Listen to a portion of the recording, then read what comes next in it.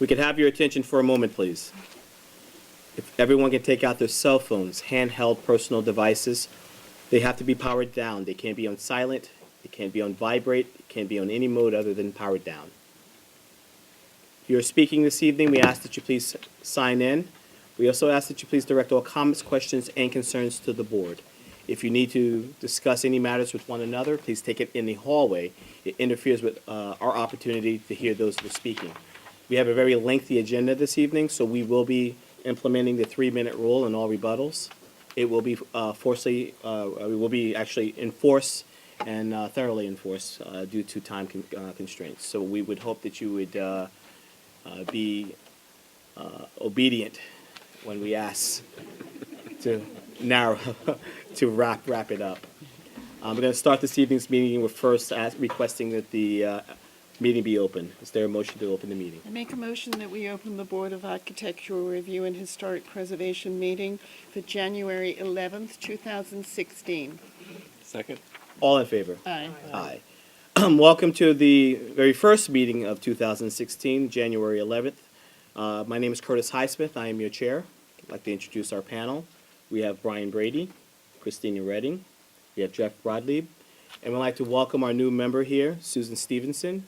We welcome you here on our board. We hope that you're able to use your gifts and your talents, and we'll be able to use them to the fullness of our ability, and we hope we don't wear you out too fast, I should say. I'd like to welcome our historic consultant, Zach Studenroth, our legal counsel, Bill Robinson, and Antoinette. We welcome you as always. Let's start this evening's meeting with first signs and first application, please. First application is Colors by Claflin. The applicant present. Please step forward. Your name for the record, please. John Claflin. Okay. Colors Construction. All right, this is a contractor sign. Yes, it is. Is this a replication of what's being proposed? Yes, sir, it is. Okay. The colors, fonts, it's the name of your company and a telephone number with a little logo, which is a house. Yes. No websites, no, No. nothing. I have some photographs of vehicles that we have that has the exact logo on it. Okay. Brian, do you have any comments? Is the house drawing, is that your logo? Yes. It is. Okay. That was the only concern I had. Christine? No, Susan? it's okay with me.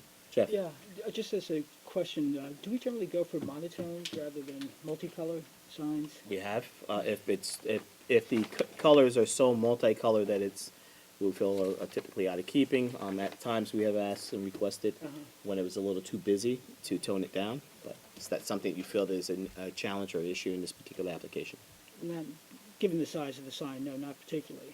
Is there any public comment on the Part of application? colors. Yes, it is colors. I mean, nothing wrong with color. Any comments? Any public comments? Motion to approve. Thank you very much. I make a motion that we approve the contract to sign for Colors by Chafflin, Inc. Second. All in favor? Aye. Next application, please. Good luck. Next application is Blair Dibble Builder. Another contractor signed. Be careful. Wouldn't want to work on the village's insurance. Your name for the Blair Dibble. Okay. Contractor sign? Yes. Is that the correct font, color? Yes. The name of your company, builders, and the telephone number, which has been corrected. So I'm assuming for the record, the telephone number is going to be 631-283-2526. I'm sorry, it's 2565, correct? You got free advertisement. So. Brian, any comments? It's as simple as you can get. I like No. it. Susan? Looks good. Jeff? Yeah, fine. Any public comment on the application? Motion to approve? I make a motion that we approve the contract to sign for Blair Dibble Builder. Second. All in favor? Aye. Good luck. Next application, please. Next application is Nest Seekers for a real estate sign. Is the applicant present? Nest Seekers? Is the applicant present? Motion to adjourn? Make a motion that we adjourn the the real estate sign for Nest Seekers. Second. All in favor? Aye. Aye. Next application, please. John David Rose Architect.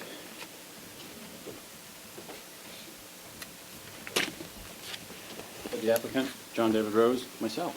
This is my own office building. What are you doing, John? Sign in front of the building.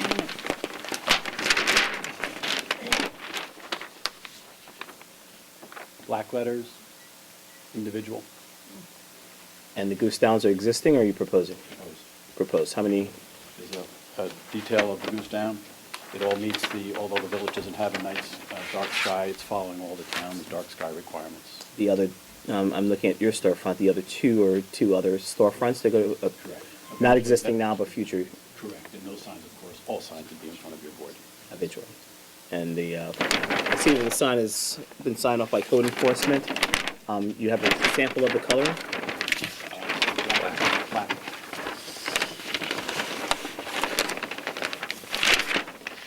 Brian, you got any comments? No, I think it's very tasteful. Christine? Very tasteful. Clean sign, nice. Any comment, public comment on the application? Any questions? Motion to approve. Thank you. Make a motion that we approve the architect sign for John David Rose Architect. It's the storefront sign on Hampton Road. Second. All in favor? Aye. Aye. Next application, please. Next application is for Fresco.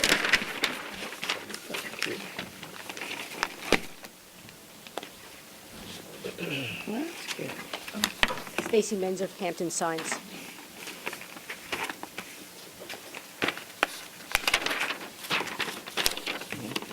Stacy, was this a copy of the sign that you're proposing? It is. It is what's the material that's being proposed? It's aluminum. It'll just be faced over what's already there. Same size, same material. Backlit, any, Nope. no? Name of the company, Pizza Deli, correct? Yes. Any lanterns, goose down lanterns, or, So, no. Brian, any comments? No, I think it's fresh and Christine? Good. Cute. Yep, Jeff? fine. Any public comment on the application? Motion to approve? I make a motion that we approve the storefront sign on Hampton Road for Fresco. second. All in favor? Aye. Aye. Thank you. Have a good night. Good night. That concludes our sign permits for this evening. First application, historic. This has been adjourned. Was it prior adjourned, or this is the first Letter to request? adjourn. Is this the first request by letter? No, there was a letter at the This is a December. new So it's an one. existing adjournment. Is there reason in the letter? Is there reasoning or just request? I think this is a new adjournment. Yeah. It's a second adjournment. Right, yeah. The second request for adjournment. Says additional time is required to prepare drawings. Okay. Motion to approve applicant's request to adjourn. I make a motion that we approve the applicant William and Scarlett Robertson at 445 Hill Street request to adjourn to our meeting on the 25th of January. Second. All in favor? Aye. Next application, please. Next application is Thomas and Meredith Joyce. The applicant, John Bennett, Bennett and Reed. Hopefully the board will grant us an adjournment for 2 weeks. We wanted a little bit more time to respond to Mr. Studenroth's comments, particularly Mr. Bedford, our architectural consultant. So we go for a couple of weeks. Just in case anybody was here to say something, let's just see. So any public comment on the application? Please step forward. You do know that the applicant's requesting to adjourn for 2 weeks.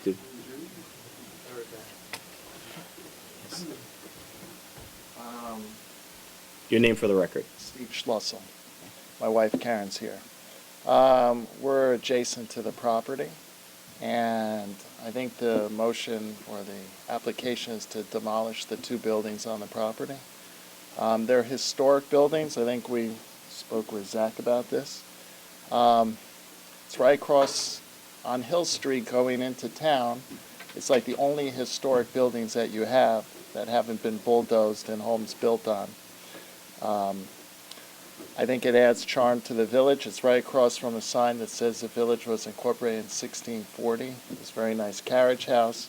Over the years, the property's been in disrepair. The buildings haven't been kept to the standard that they should. And I think it's a good thing for the village to have charm through these historic buildings. And as a homeowner that's adjacent to it at 749 Hill Street, we would we'd feel it would make sense to keep these properties and to make sure they get upkept. The applicant's request to adjourn, we hadn't really heard the testimony or any further information from the applicant. We've seen a report, and I don't know if you had a copy of the report from Zach. We have a letter in there. You have the letter, okay. So, you, obviously, we suggest that you come at our next meetings and do follow-up to see where we are and see where the applicant is in this process. As of right now, he's requested, or the representatives are requested to be adjourned. Yeah, this has been going on for months now with different, adjournments, and it's very hard to keep showing up at this meeting when they Understood. keep getting adjourned. So I would like my statement to be on record and maybe also to be called when it's for sure not going to be adjourned. Well, when we you show up. won't be called. No one's going to pick up the phone and give you a call saying that it's being adjourned or not being adjourned. It's unfortunately, the reason why an application is posted, it's mail, so that the public knows that it's an active application. It's your responsibility as a resident and homeowner to come to the meetings to see exactly what's happening. Does my statement go on record, though? You've just made your statement, it's on record. Okay, thank you. Thank you. No further comments?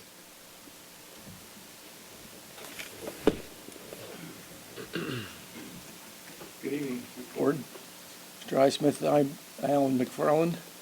I live just past this property. I've driven by it off and on, more on, for approximately 50 years. I think in my lifetime I have seen people there at best doing anything 20 times. And I drive by it constantly now because I live on Tuckahoe Lane. I'm in touch with most of the neighbors at that end, the western end of the village. We all feel very strongly that given the drawing 80 years ago, or it was, of the historic district that swept this in, that this is a serious matter for consideration in a possibly a more modern sense. These are adjacent barns for a family that had a major house on the south side of Hill Street, up at the end of Hill Street when it was the equivalent of Route 39. It was the commercial entrance to the village. Just below my house is a multi-family residence now, which was a gasoline station, at the corner of Tuckahoe Lane and where Hill Street stops on the north side. Just past it, we all know that one of the oldest gasoline stations in the nation is still there, 100 and some years later. Things have changed a little bit, so when it was drawn, you and I talked about this at one point, to 1920s, whatever it was, these were important residual. The current owners are in extremis in their age. I believe they're suffering seriously, living in Maryland from Parkinson and a heart problem, and have asked to sell. I get where you're going with this. An inheritance. I understand what you're saying. The purposes of selling are the reason why hear me out, the reason why the applicant is going forward with any type of either application or proposal before this board is irrelevant. We're looking at the architecture. We're looking at whether a structure within the historic district is something that should be be considered as a contributing structure or not. The applicant's request. I understand. I'm explaining why they have it and why the issue is in front of you. What I'm telling you is that it is irrelevant. I was making the point that it's an inheritance that is before the village for consideration from the family that had it originally, has owned it forever by descent, and the neighbor, who we all know, is very intent on trying to buy it at virtually any price. They've studied ways of dealing with what had, of the two buildings. One, Mr. Studenroth and I talked about this for a while briefly. I don't know how many things you handle, but one has significance, the other probably doesn't from an architectural and a heritage point of view as a contributing structure. Not the existence of two. It has some unique features. I think it's the one toward the village because it has like a false front. The other one may be a derelict, even on a historic or construction basis of what is important for the village to keep at almost any price. And since there's a constructive view, to the awful decision to deal with this heritage problem, I would like to reflect not as an immediate neighbor, but as someone about a couple hundred yards away and about 5 or 6 other people that within a few yards of that. We think it would be a great gain to be continuing what is now the historical and heritage of that end of the village at that end of Hill Street. Instead of making changes there that change the character of coming into that village. There are some problems. We know about the tree issue and what people are doing in lots that are probably too small to change. But we think in the larger context of where it sits, in that end of the village with the types of buildings that line the historic district along Hill Street, it will not be a setback. And the outcome, given the neighbor behind it who wishes to buy it and simply enlarge his front lawn, it will be a constructive change to the historical attributes that govern that end of Hill Street. And it has changed since we built Route 39. There's nothing we can do about it. We can't go back. So thank you for letting me talk about that aspect of the neighborhood, sir. Thank you. Nothing further? I just did want to note, Chairman, that we haven't been silent. There was a very extensive report from Stephen Bedford from Louis Bergere Group in the file. In the file. Thank you so much for clarifying. Motion to approve applicant, Sorry, I won't take up your time, but just as an immediate neighbor, I second. Your name for the My name record. is Michael Brode, 830 Hill Street. And what I'd like to say is we absolutely feel that it would be a tremendous improvement of that part of Hill Street to allow the purchase to go through to extend the gentleman's front yard. To demolish these buildings. Okay, because you they said get- purchase, so I just want to make sure we To we demolish these separate. buildings because they absolutely are an eyesore at this point. They're dangerous. I've been in those buildings. They're in tremendous disrepair, and they absolutely add nothing to the historical essence of that part of history. Thank you. Thank you so much. Motion to approve applicant's request to adjourn. I make a motion that we approve the applicant Thomas and Meredith Joyce at 765 Hill Street request to adjourn to our next meeting. Second. All in favor? Aye. Aye. Next application, please. It's a written decision. Gugliotta Development, closed for written decision. Council? You have actually 3 decisions tonight for which we have the written decisions ready. The first is the Gugliotta Development on Hill Street. An affirmative vote on that motion would be to approve the application as submitted. Motion to approve written decision by council. I make a motion that we approve the written decision by council for Gugliotta Development on 330 Hill Street. Second. All in favor? Aye. I abstain.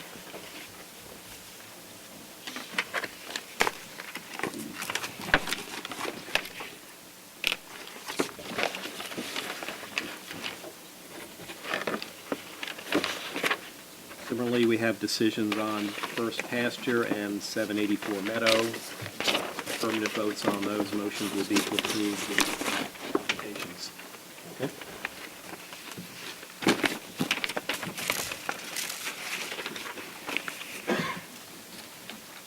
I will accept the, sorry, the 784 Meadow. First Pasture, Curtis. Oh, I'm sorry. That's pasture. Motion to approve written decision by council. I make a motion that we approve the written decision by council for First Pasture LLC at 260 First Neck Lane. Second. All in favor? Aye. Aye. I abstain.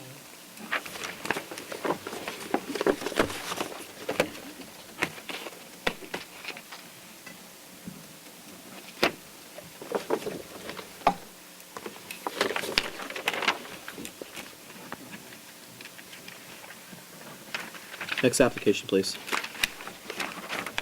Next application is 784 Meadow Lane.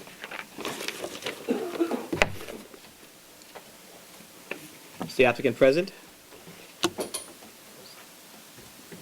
He's appointed with InterScience and the applicant. I believe it was up for decision.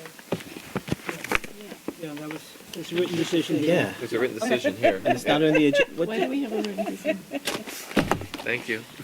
Thank you. The agenda is not reflecting that, but it is for the decision.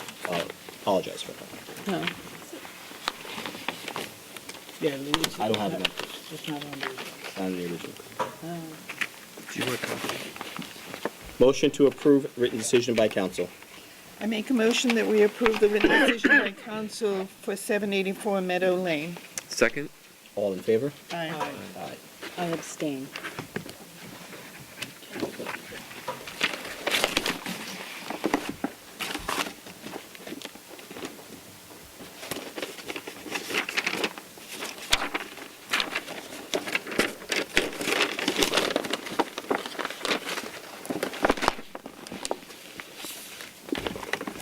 Next application, please. Next application is Jack Chrysler, 88 Herrick Road.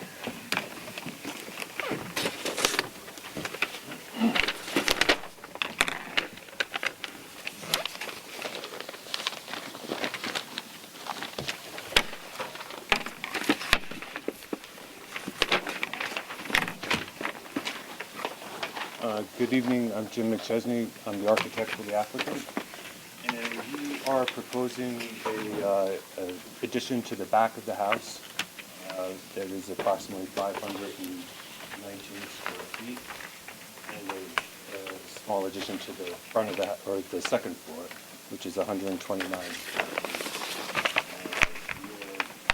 We're going to use the same materials as the existing,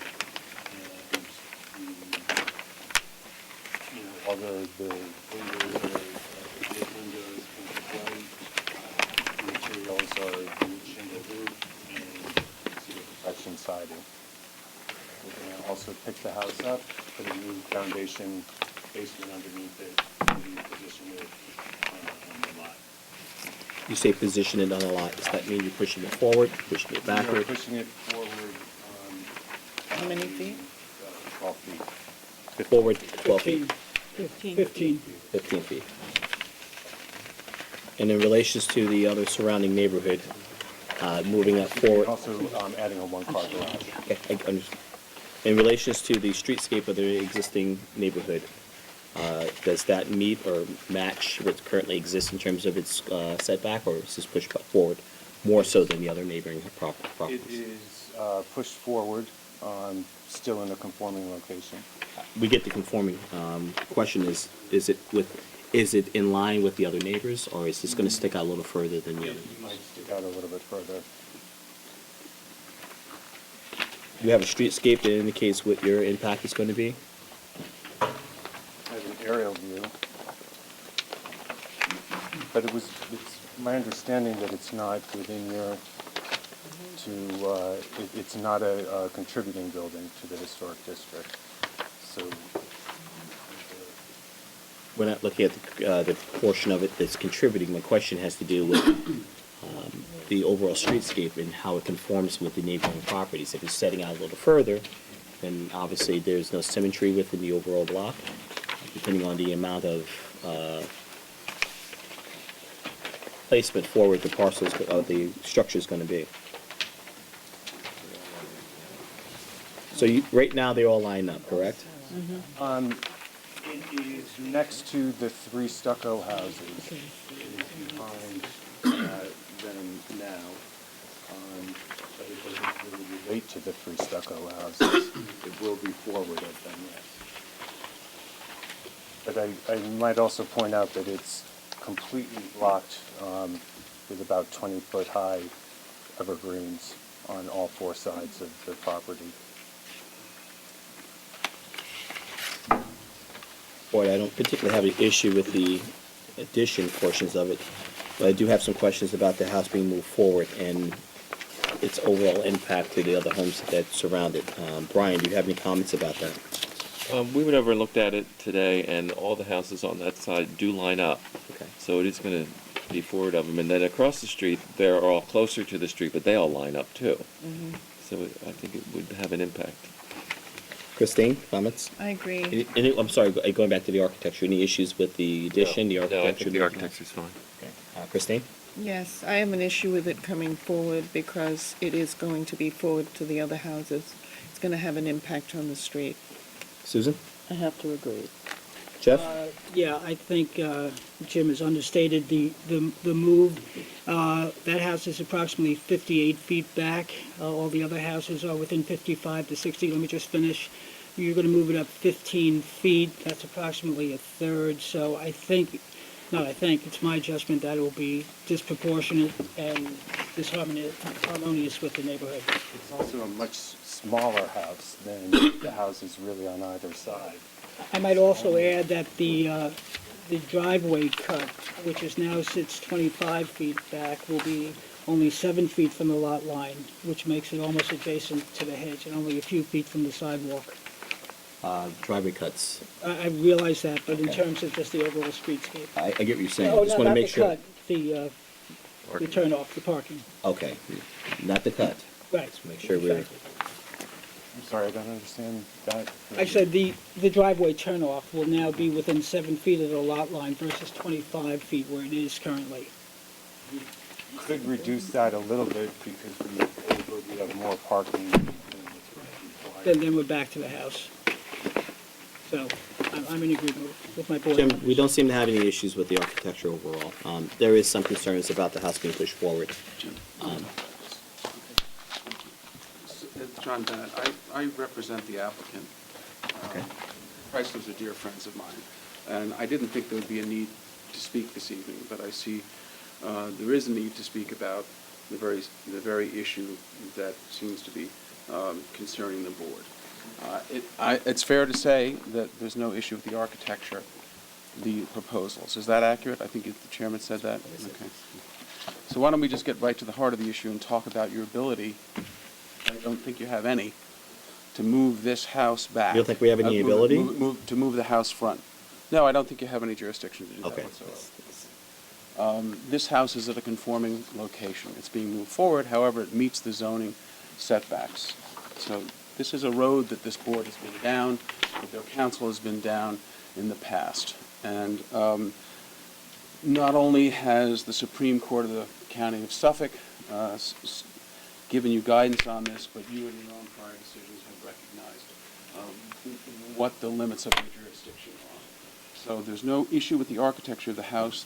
The architecture, the issue therefore is the siting of the house on the lot. The house, as proposed to be moved forward, unequivocally complies with the front yard setback. So I will point out to you a couple of cases and one or two of you. John, we can go over these cases and you can submit them. I'm going to discuss them because I want it in the record. If I could finish just for a second. Okay. We got to a point where we just said the impact. We didn't get to a point where we said that the parcel or the proposed application should not be moved forward. We talked about impact. We had a concern about the impact of this structure being moved forward. And we haven't addressed how do we get to a remedy of finding out how much of an impact this actually does play into the community. We haven't gotten to a resolution yet. We just said we have a concern about the impact. We look at an aerial. We didn't talk about how Jim could possibly come before this board and present testimony or evidence or some type of streetscape or maybe even an elevation that shows that it would not affect the overall impact. It could be that now it moves forward, maybe it has to be diminished, the front elevation may be a issue, a challenge, because now it has too much of a overall streetscape impact because it looks too high or it looks like it's not in keeping. There are many things that could happen right now which we don't know and we don't have the evidence to. We're just trying to ask the applicant and the architect to present before us something that we can make a better decision. In all due respect, I think that's a bit of a dodge. Everything that I heard the board talk about was spoken about in a linear fashion. Okay. So let me continue. So we not in the past, and I know you've been here, Please let me continue. where we talked about asking for a streetscape and showing the evidence of I it. understand, but I think it's very important that the board understand the parameters in which you can do this. So, for example, Sometimes the board has asked, and as you know, my clients are always very happy to provide so that you don't have a monolithic look from the front facade, some undulation, which if you look at the plans, you'll see the addition, the rather minor addition to the easterly side of the property is, as it has a different, for lack of better descriptions, a shed-type dormer, and it is pushed back from the front of the house. But I think it's critical that the board understand the limits of its power in terms of moving things around on the property. John, I only have one objection, and that is Mr. McChesney was speaking. You stood up to interrupt him. He's still standing there. I know he is. The board, well, you may have the opportunity to speak, but the board has the Certainly. right to continue the discussion with Mr. McChesney. Certainly. You're absolutely right. Thank you.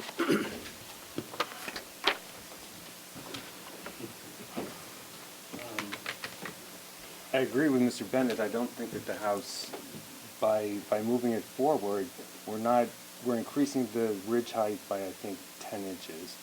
And there's no change to the front of the house except a small front dormer. The house is significantly smaller than the houses on either side of it. And again, there's at least a 20-foot high evergreen screen around the entire property. So I don't see it as being an impact on the neighborhood. And I think that it, again, it's not a contributing building. And I don't think that in a historic neighborhood, every building has to align. I think that what gives character to the streets are that there are some things that don't align or that are a little bit different. There's 3 houses that are known to be similar, or are known to be sister houses. This is a house next to them that I think it's okay for it to not align, because I think that if it does align, the street becomes too homogeneous. So now I'm going to turn to Zach, because that was, I don't believe that to be the case. And as our historic consultant, there's a reason why the homes were lined up in the nature in the historic district the way they were. I would imagine that from a historical standpoint, the reason is it's what the intent of that community was supposed to be. Well, we can't read the minds of the people who built the house. Can't read our minds, so it doesn't. They were also built at different times. It's true that this is not a contributing resource. It's true that we look for harmonious groupings of houses, but I think there's another way of looking at this, that not every single house has to have the identical setback unless these are identical houses and they appear to want to have that. So I don't think we can look to historic precedent to say this should or shouldn't be moved from where it is, because it could very well have been built closer to the street to begin with, for whatever purposes the then builder had to have more room in the back to do whatever they wanted. So I don't think the siting of the house is an important aspect of its architectural Within the historic district. Then I go to the legal question. Council, the entire board seems to have some concerns about house moving forward and its conformity in terms of the streetscape overall. There's legal counsel, along with the architect, has some concerns, saying that this board does not have the precedent, nor does it have the right to do so. We've done so in the past as part of our overall, I should say I'm an attorney, not a judge. And the board has the power to, under the code, to deal with the location of houses. Let counsel finish, On the please. lot. Okay. And I think that's what the topic of discussion. I don't agree with the applicant's counsel that this gives you no jurisdiction. You've got the right to assess or evaluate distance in relation to scale and architecture, and I sense that's what the issue is here. So I think that Mr. Bennett should go on record and make his points, but that you should engage in this discussion and see what your concerns are, as opposed to just assuming you do not have jurisdiction over it, because you've got some degree of it. Thank you. Can I also submit 2 houses one directly across the street and one at 208 Herrick that are, it appears to be right up to the front yard setback without any evergreen screening. Thank you.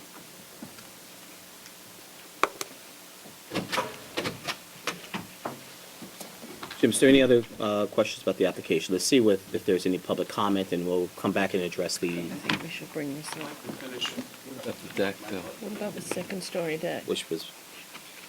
I thought it was existing, but it's not, it's new. I thought it was existing too. No, look at the picture. Nothing It's there. not existing. It's gonna be on the floor, right? And that's an accessible second-story deck? It is from a hallway, not from the deck.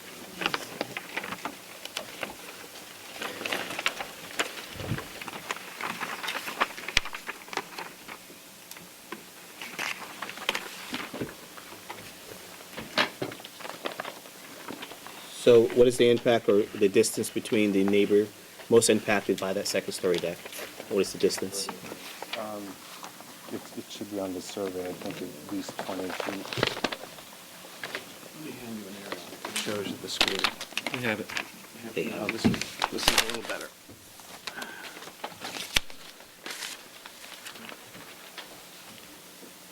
And these are, You also have ground level and second-story photograph. You know, if you look at it, the deck is blocked on one side by structure, and then the garage is blocking it on the other side, so it's really, What's the height of the second-story deck? I mean, I it's think to the that these garage. pictures will illustrate there's a person in front of the screening on all four sides, and you can see that it's pretty dense. This is the Powers house, which is in portion right up to the property line. The easterly portion of the Powers house essentially, and some of the accessory structures essentially sit on the property line, and then there's, So your line, just so we know for the record, your line of sight is their garage. You see the back of their garage. that has no- that's to the west. And then to the east, which is the Fuchs house, there's significant privet, but also there's juniper, which I can attest personally, which is of course evergreen on the west border of the Fuchs house. Screening that- deck yeah, in the front. probably 23, 24 feet high. So you don't have the issue of people that you are understandably concerned about this being able to allow people to view into the backyard. And then, of course, onto the south, which is Lenaro, I believe, there's a very significant Not so much evergreen worried screening. about that, the distance between that and the rear yard. I was concerned, and I think this board's always been concerned about the side yard. No, I Just understand. line of sight from the side yard. No, that's been my understanding as well, but I just want for completeness, I wanted to let you know. Thank you. Board members' concerns about the second-story deck? Brian? not after looking at the aerials, I'm fine with it. Susie? No. Jeff? No. So can we see if there's any public comment? And then I'm sure you're going to have to, what's going to happen is they'll make comment, you're going to come back and address that, it'll be back and forth. Why don't we have public comment, and that way you can resolve all topic one time. Any public comments on this application? Nothing further? So let's talk about, was there somebody else? No. Okay. But just let's talk about, the framework, the legal framework that you're operating in. I've been before this board many times, and clearly, when the board has asked for a certain sort of undulation or change, or in the front facade of the property, we've been more than willing to. But my concern is that I have board members saying that they have the ability to impose what would amount to a setback requirement that is not contained within your powers and is something that was different in the village code. If this board had the ability to do that, this board would have site plan review powers. That's a term of art under the New York State Village Code and the Village Code. There's only one board that has site plan review powers in this village, and that's the planning board. And that planning board indeed only has site plan review powers on residential structures in two instances. One for tennis courts, which is usually about screening, and the other for construction on flag lots. And usually the only concern about the only exercise of that power is to make sure that the flagpole portion of the lot is in itself screened. That's the only time you will find in the Southampton Village Code any site plan review powers on residential structures. Indeed, in the Ferrara case, the court noted that the board simply does not have the authority to deal with site plans when the house conforms to zoning. That's a case that was based upon this board's attempt to exercise, in effect, site plan review powers. And that case stands as law. The board also cited that case approvingly in the Farrell Building case, in which the board understood that the Ferrara case, in absence of any specific language in the village code, didn't give this board the right to exercise what land use lawyers would commonly know as site plan review powers. The Ferrara case, by the way, was Farrell case, by the way, was challenged by one of the adjacent, not the adjacent owner, an owner 2 lots down, and that challenge was denied. So I give that, in other words, the Article 78 proceeding was dismissed. So that's the Ferrara case, that's the Farrell case, and also I have, for the record, the dismissal of the Article 78, which was committed against the Ferrara case. I don't know of anything that in and of itself says that, as Zach, as your historic consultant himself pointed out, anything itself that says that these setbacks, absent some common scheme of development that was part and parcel of the historic nature of the development as a grouping of buildings, such as perhaps maybe the McKim-Mead-White assemblage out in Montauk. I don't know of any indication that setback in and of itself creates some sort of historic or architectural concern. One could argue, particularly in light of the fact that many of these houses are shingle-style houses, which favor asymmetry, that a uniform setback would indeed be would be boring and contrary to this type of development. You can't say that rare are the true historic assemblages of houses in the village of Southampton that don't have incredibly varied setbacks. I'll give you your own general knowledge for that. If you look at the historic construction in the village of Southampton, what you'll see is very different setbacks for different lots. Some of these lots hug the lot line, some of them hug the street, some of them are very well set back. So I don't see how you can make a cogent case that any sort of moving of this house forward, my qualms about your jurisdiction aside, I don't see how anyone could make a cogent case that that the moving forward of this house somehow does damage to any sort of historic criteria that you would generally look at. Thank you. Board members, any other questions? Christine? Susan? No. No, for the sake of brevity, I'll leave it. Okay.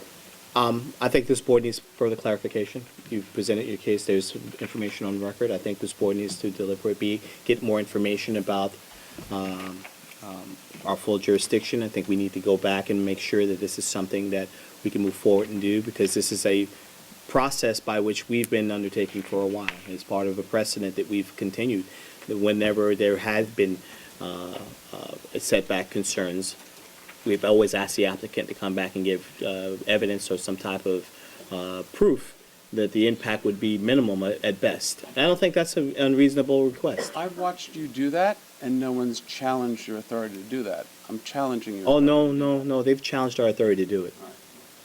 What type of information would you like? It would be nice to see. It would be nice to see an elevation showing the streetscape and showing your. It's difficult to do because you don't see the house. Well, if that's the visual impact, then that would be part of your presentation, that the impact would not be visually seen. It's one thing saying it. It's another if a licensed architect is able to present that there is minimum of any impact from the street. But I think from your own view of the house, you can see that the front of the house. We're building a case for our application. This would be something not out of keeping from any other application we've done over the last at least 10 years I've been here. So let us know what you would like, and we'll bring it back to you. What would you like? You would like photographs of the house? Either a rendering or a photograph showing what the impact of the moving forward, line of sight from the street. I think this board would be at least in a position to better understand what you mean by there would be no impact. Oh, of course, we go there. We do site visits, but it would be best as part of the file then we have that information. I could be wrong, but I think the Cameron houses, which is what the letter, the unsaid letter, which everyone's talking about but no one's identifying, all those houses, they're all the same. They're the same. They were obviously built at the same time. They're stucco with terracotta roofs. And I could be wrong, but I don't think any of them, I think they're all visible from the street. Well, at least the one with the former Kennedy house is, I believe. Could be wrong. No, that has 20-foot arborvitae in front of it. Okay, it's the middle one, okay. But in any event, I don't know that assuming for the purpose of argument that that's some sort of assemblage, that doesn't create some... Why don't you take the whole block and show us where all the houses are and where you're proposing? Maybe beyond the 3 houses, there's one that's up on the street that we don't know about. And you could just Yeah, we can put it on show the you map. that, we'll show you that with the understanding that it's without prejudice to our claim that that's not an appropriate area of inquiry. Anything further from the public? Anything further from the board? Anything further from our historic consultant? Are we gonna keep all this stuff? Sorry? I'd like to take a look. I think we all should. Here we go, through all this stuff. Requesting to adjourn? Make a motion that we adjourn. Requesting to adjourn? Oh, sorry. Begrudgingly. Thank you. Begrudgingly. Motion to approve applicant's request to I adjourn. make a motion that we approve the applicant Jack Chrysler III at 88 Herrick Road, request to adjourn to our next meeting. Second. All in favor? Aye. Next application and final for historic. JV 20 Gin Lane?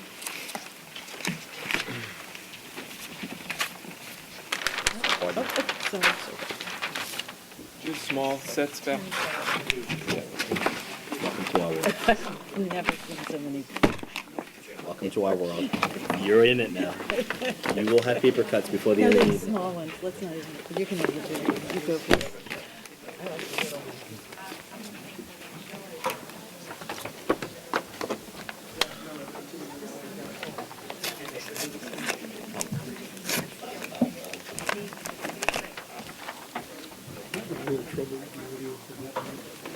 I'm not much, okay.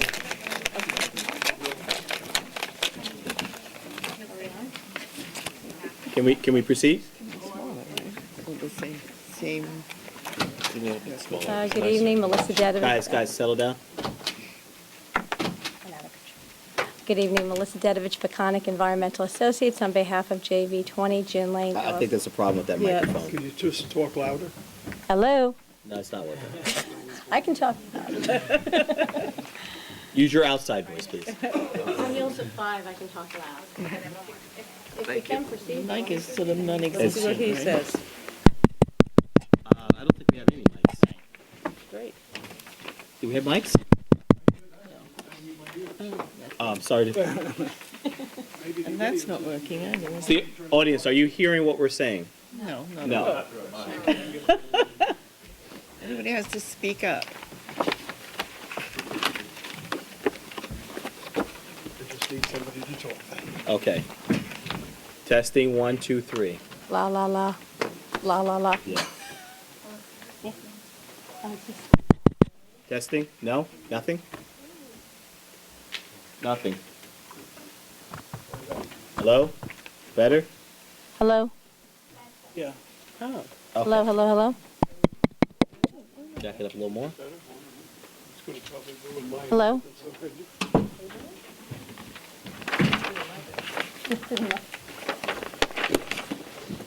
Try it again? It's okay. Okay. Move forward. Good evening, Melissa Dedovich, Peconic Environmental Associates, on behalf of the applicant, JV 20 Gin Lane LLC. This is a request for an amendment to a prior ARB decision granted last April. We've actually changed architects, and I'm here with Val Florio, who's the new architect of record, who's going to review with you. I'm sorry? If you have an emergency, there's a flood in the hallway. What? Was that the boom that we heard, I hope? It's from the Not? ladies' room. I went to the men's room. That was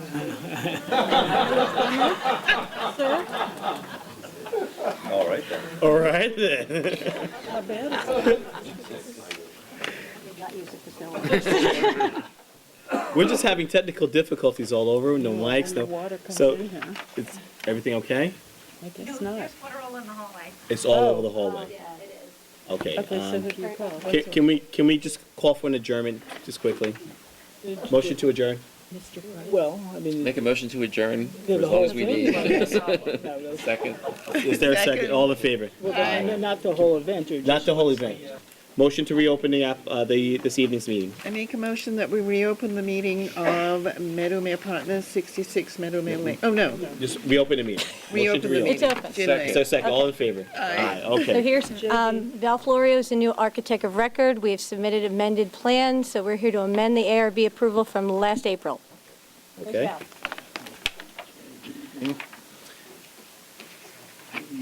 Cover sheet of the You're drawings. probably gonna have to speak up a lot more. Oh, okay, I don't speak loud. I was gonna say the cover. Excuse me. We can't have it's hard to hear.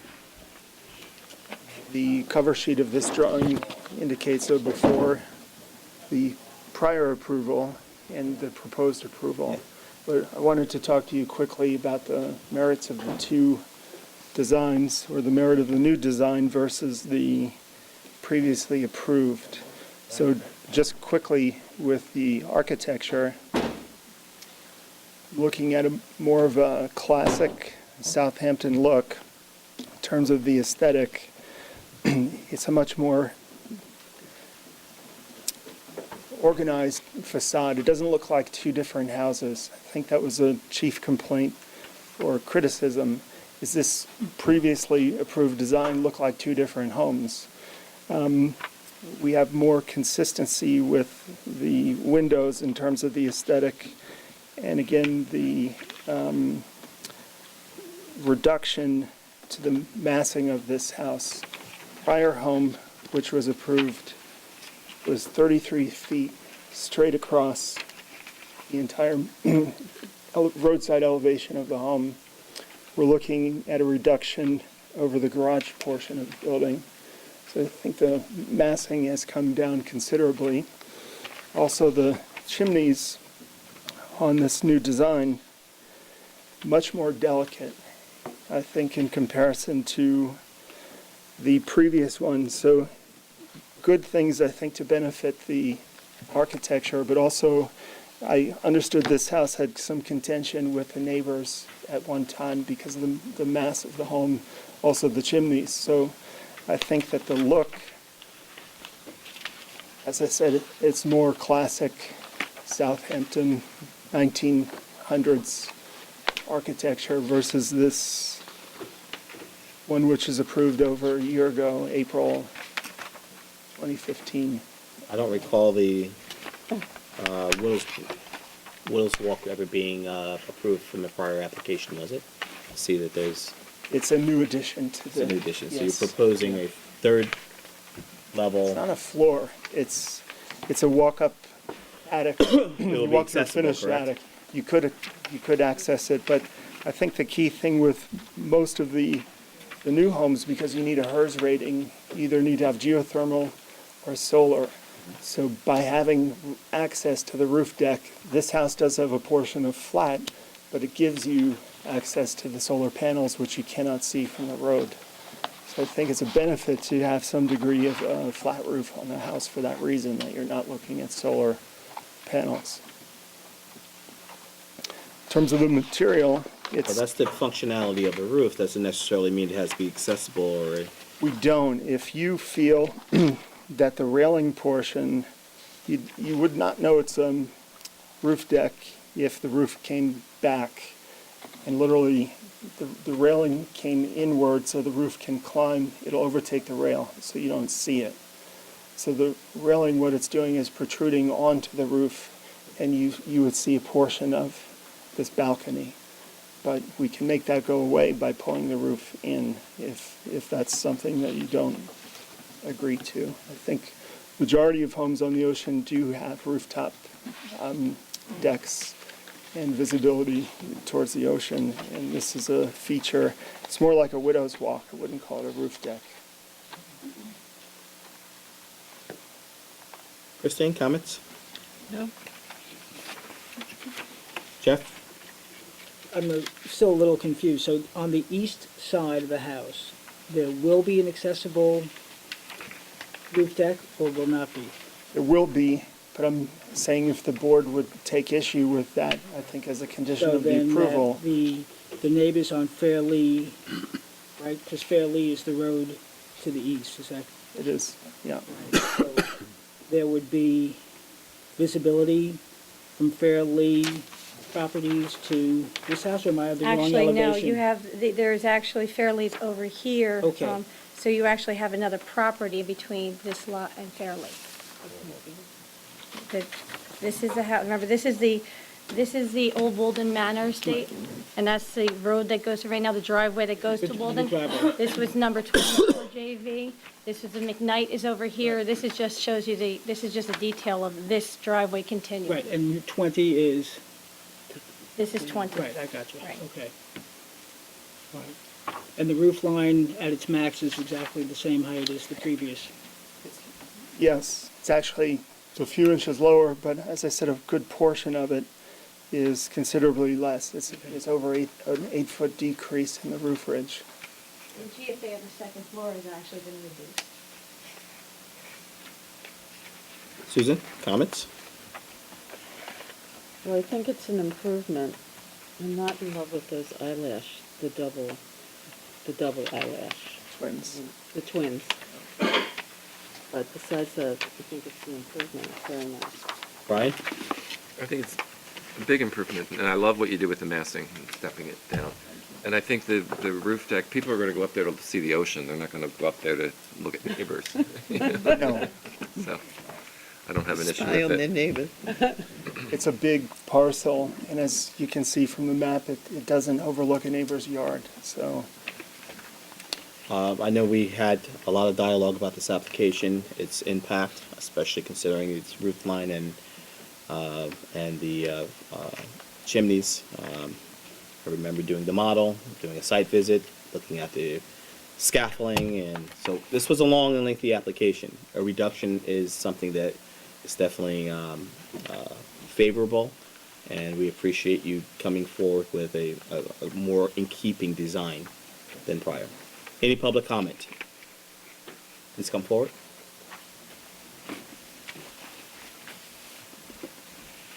I agree that it's... Your name for the record. Bill Manger, 12 Freely Road. I agree that I think it's an improvement. I do think that the rear with the double eyebrow windows and then the twin walks on the top look a little strange and is not really in keeping with a traditional Southampton house from 1900. I mean, I understand the attempt, and I think this has gone a long way to do that, and the more delicate chimneys is much better than the huge corbel chimneys that they had before. But I do think it just looks a little awkward, the two eyebrow windows and with the two railings above. If there was any way to simplify that or make it look a little more traditional, it just looks a little odd to me anyway. But, you know. Is that are you most affected from the east side or rear of the property? Yes. So that's the side that. Yes. I just want to make sure. And I for think it point of would be reference. visible as from the north side of Gin Lane as well, when you look into the properties there, because there is an easement that you can look through and look down at, down south at. Anyway, thank you. Thank you. The two eyebrows, are they separating two separate rooms, or is it one? Yeah, there's an eyebrow in each bedroom, second floor, but we could, to satisfy his request and yours, we could make it a single eyebrow, make it not appear in a bedroom, and I think it would clean up the elevation. And I would be happy to remove that if that's something that would move this project forward. Board members, do you have a concern about the eyebrow overall? The double eyebrows. Brian? I kind of like the way that they relate to the windows below them. Architecturally, it's something consistent. You'd find it's a very common feature on turn-of-the-century homes. Something that I tried to inject into the design to keep it a classic Southampton look. There are actually homes in the village that have this double eyebrow look. So, Christine, comments? I don't object to the eyebrows. I think they break up the roof massing. Jeff? Boy, I agree with both people that a single one could be simpler, but 2 work for me as well, too, so I'm indifferent. I don't have any issue. Thank you. Nothing further from the public? Okay. The property is in a historic district, and this is the first approval we'll do this evening. Because it's in a historic district, it requires written decision, so at our next meeting, we'll have council prepared, even though it's in a amendment of a prior approval, it still has to be in writing. It'll be at our next meeting. Okay, thank you. Motion to close for a written decision by council. I make a motion that we close the application of JV 20 Gin Lane LLC for written decision by our council. Second? All in favor? Aye. Concludes our historic, historic application for this evening. First application, non-historic, the applicant has requested to adjourn till April 11th, 2016. Is there a reason why so long in the letter? Adjournment for 4 months, council, that seems excessive. Could it be taken off the agenda and then brought back on? Take it off the agenda. Absolutely. The issue is the notice. Yes.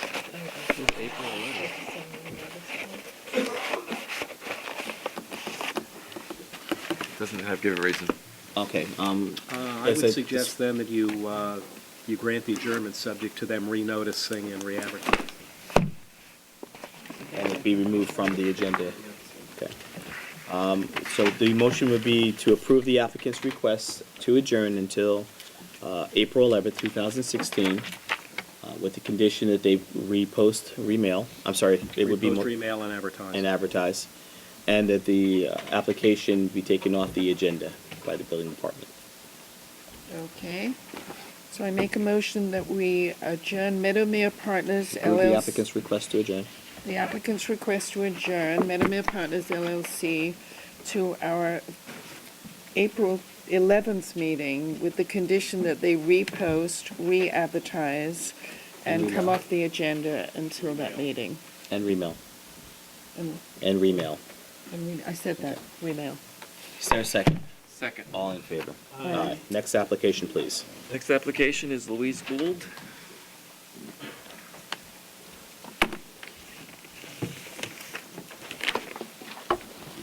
Good evening, members of the board, Mr. Studenroth, Mr. Robinson, Monica Navia, attorney with Burke and Sullivan for the applicant.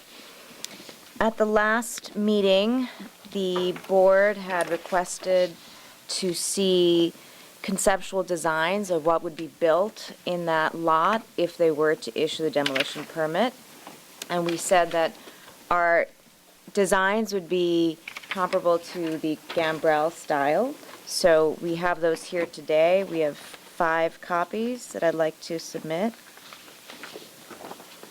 Thank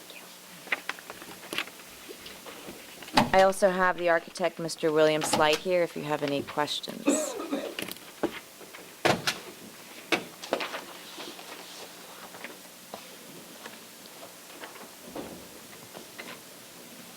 That's completely different. Completely different. That's nice.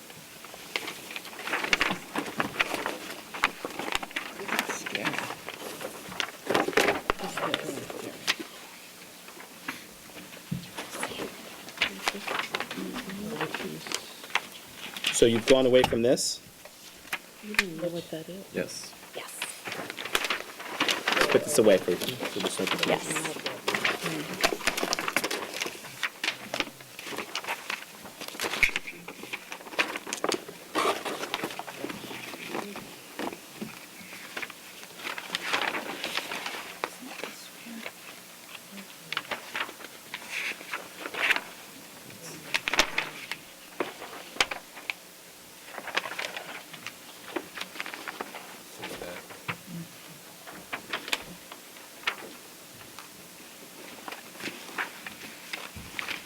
See the building permit. Brian, comments? I think it's a huge improvement. And it does read now like a Gambrel-style house instead of a house with a Gambrel on it and a tower. Did our best. Yeah. Christine? Is there a site plan or anything? The only thing, I mean, if this is the sky plane, we're taking up the whole thing. So I'd like to see it. how it would relate to the neighbors.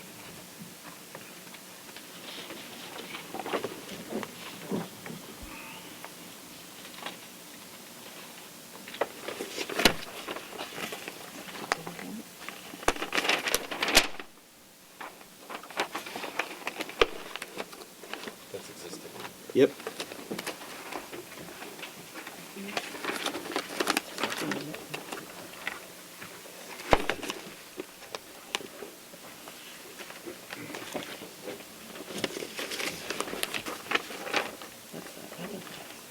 So do you have a revised site plan?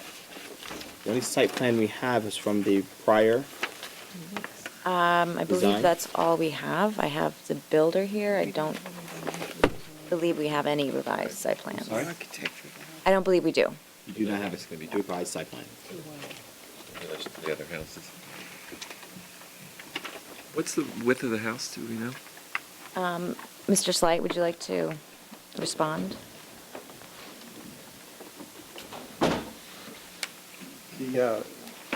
For the record, my name is Bill Slight, and I prepared the concept drawings for the property. The drawing that you have shows the sky plane in outline. The property is about 90 feet wide at the street.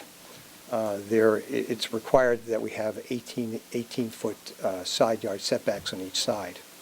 The house is located at the middle of the lot and therefore fits within the pyramid requirements. We would have the width of the front elevation would be approximately 53 feet in width. And what is the current house? I believe the current house is something on the order of about 43 feet. Looks like it's more like 32, maybe 35. The issue is that we don't have a revised site plan as part of the requirement for a complete application as well. Well, excuse me, I don't think you asked for a site plan for this property. Am I correct? The application is for a certificate of appropriateness to demolish the existing structure. Is that correct? That's correct. So, in the interest of simply giving you some guidance about what the builder intends to do with the property, you asked that he submit some drawings to show So that. at some point, the application is going to have to come back before us with a. Exactly. At the time, though, you didn't ask that No, I agree the with whole you. property be planned out.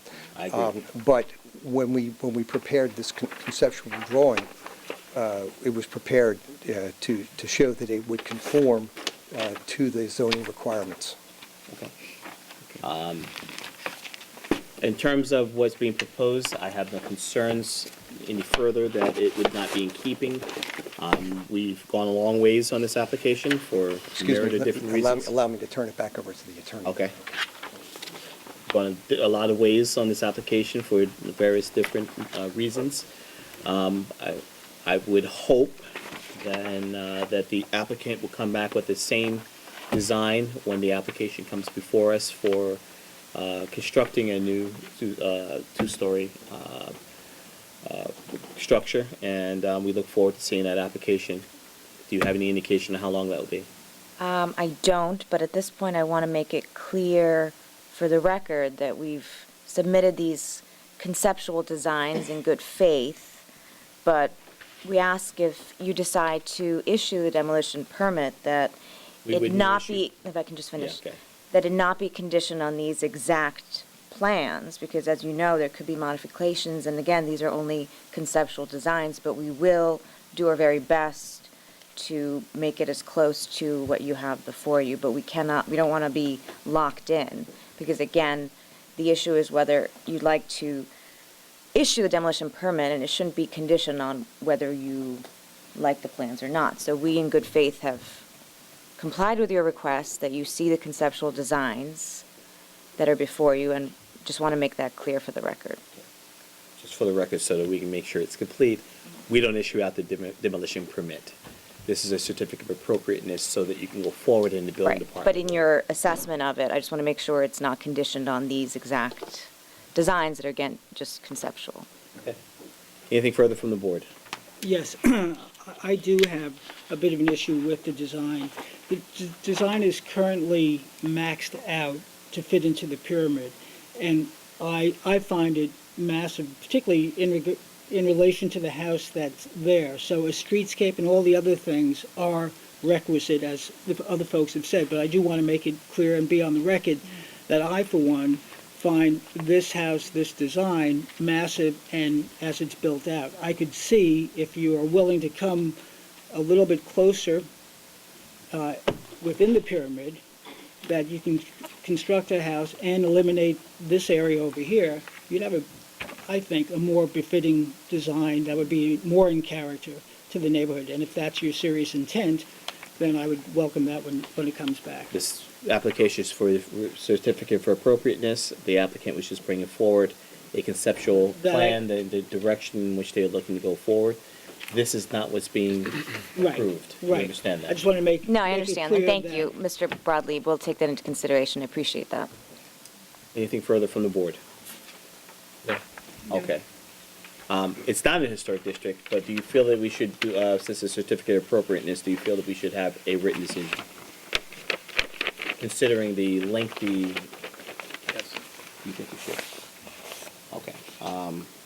So at our next meeting, we'll have the written decision by council. Thank you. Motion to close for written decision by council. Happy New Year. Happy New Year. Thank you. Have a great evening. I make a motion that we close the application of Louise Gould at 104 Lewis Street for written decision by our council. Second? All in favor? Aye. Aye. Next application, please. Next application is Frederick Eaton. For driveway gates. This has been around for a long time. Applicant's not here. Did we send a letter out?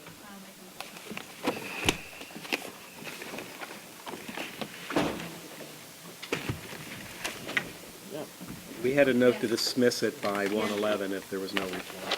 Okay. So, motion to dismiss without prejudice. Motion to dismiss without prejudice. What do we want to do? Motion to dismiss without prejudice. I make a motion that we dismiss the application of Frederick Eaton at 121 Moses Lane for the driveway gates without prejudice. Second. All in favor? Aye. Aye. Next application, please. Next application is John and Diane Velarde. I'm Matt Pantafel, I'm the builder, I'm representing them. After our last meeting, I took your recommendations, made a drawing, and she liked it, well, she thought she liked it, and then the more she looked at it, she didn't like it. So, I have that tweaked right here. I have the architectural as well as a new rendering. Is that everybody? So we have not seen this yet. Well, the only thing that's changed on the two, the one that I sent last time and the one I put there and the one that I'm bringing you today is this portico. The house was the same last time, the very first time I was here. And then Okay. So last time, you guys, the portico had, I think somebody affectionately called it similar to a Chinese restaurant. And it's super Chinese restaurant. We cleaned that up, and the homeowner is pretty insistent on this, and I think it really has a cleaner look.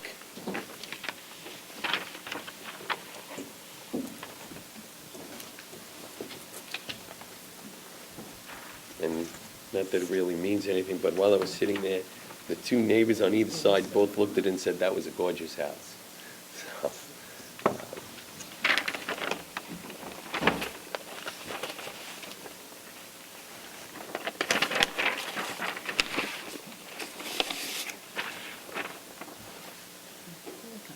So you did away with the lattice in front.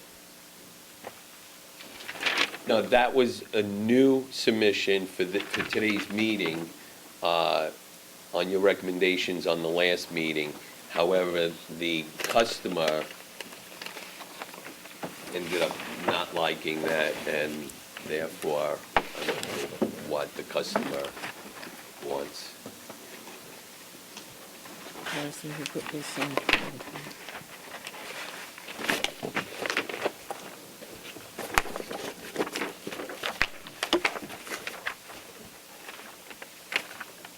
So the architectural plan that I sent you, the only difference is the front page on all of them.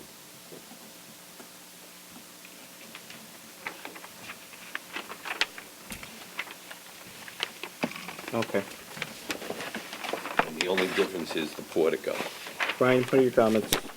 The portico, can't you just make it a simple, traditional, classic, you know? That's what she's saying, she Portico. doesn't like it, traditional. No, I mean, you've got this extra piece of molding between the two middle columns going across the front of it that's sort of sticking out. Are you talking about right here? Yes. No, that's really graphics, but we were rushing it today to get here, because she ended up calling me last night and said, I've been sleeping on this, I just can't do it, I don't want it, I want this. So, It's just detailed inappropriately. They shouldn't be two separate pieces of structure. I'm agreeing with you. That and that Right. need to They tie into will- each other. They will be. The only thing was, like I said, I didn't have time to go back and do it because this was today. Literally, she called me last night, sent me an email last night. And what's the material on the roof? That's cedar. So it's a cedar roof and a cedar. It's cedar drawn siding. like Oh, over here. Oh, no, this is gonna be copper. It'll be copper because there's no pitch there. There's no pitch, right? Right. And is it lead coated or natural? It's gonna be, I don't have that, I'm literally making that decision right now. Which would you like? Lead coated or? Now let's make a deal. I mean, what are you proposing? I would propose lead coated copper, but if you had That's what I would prefer. Okay, well, no, I didn't know if you wanted it turning green. No. Okay, so I like to do mine in lead coated copper.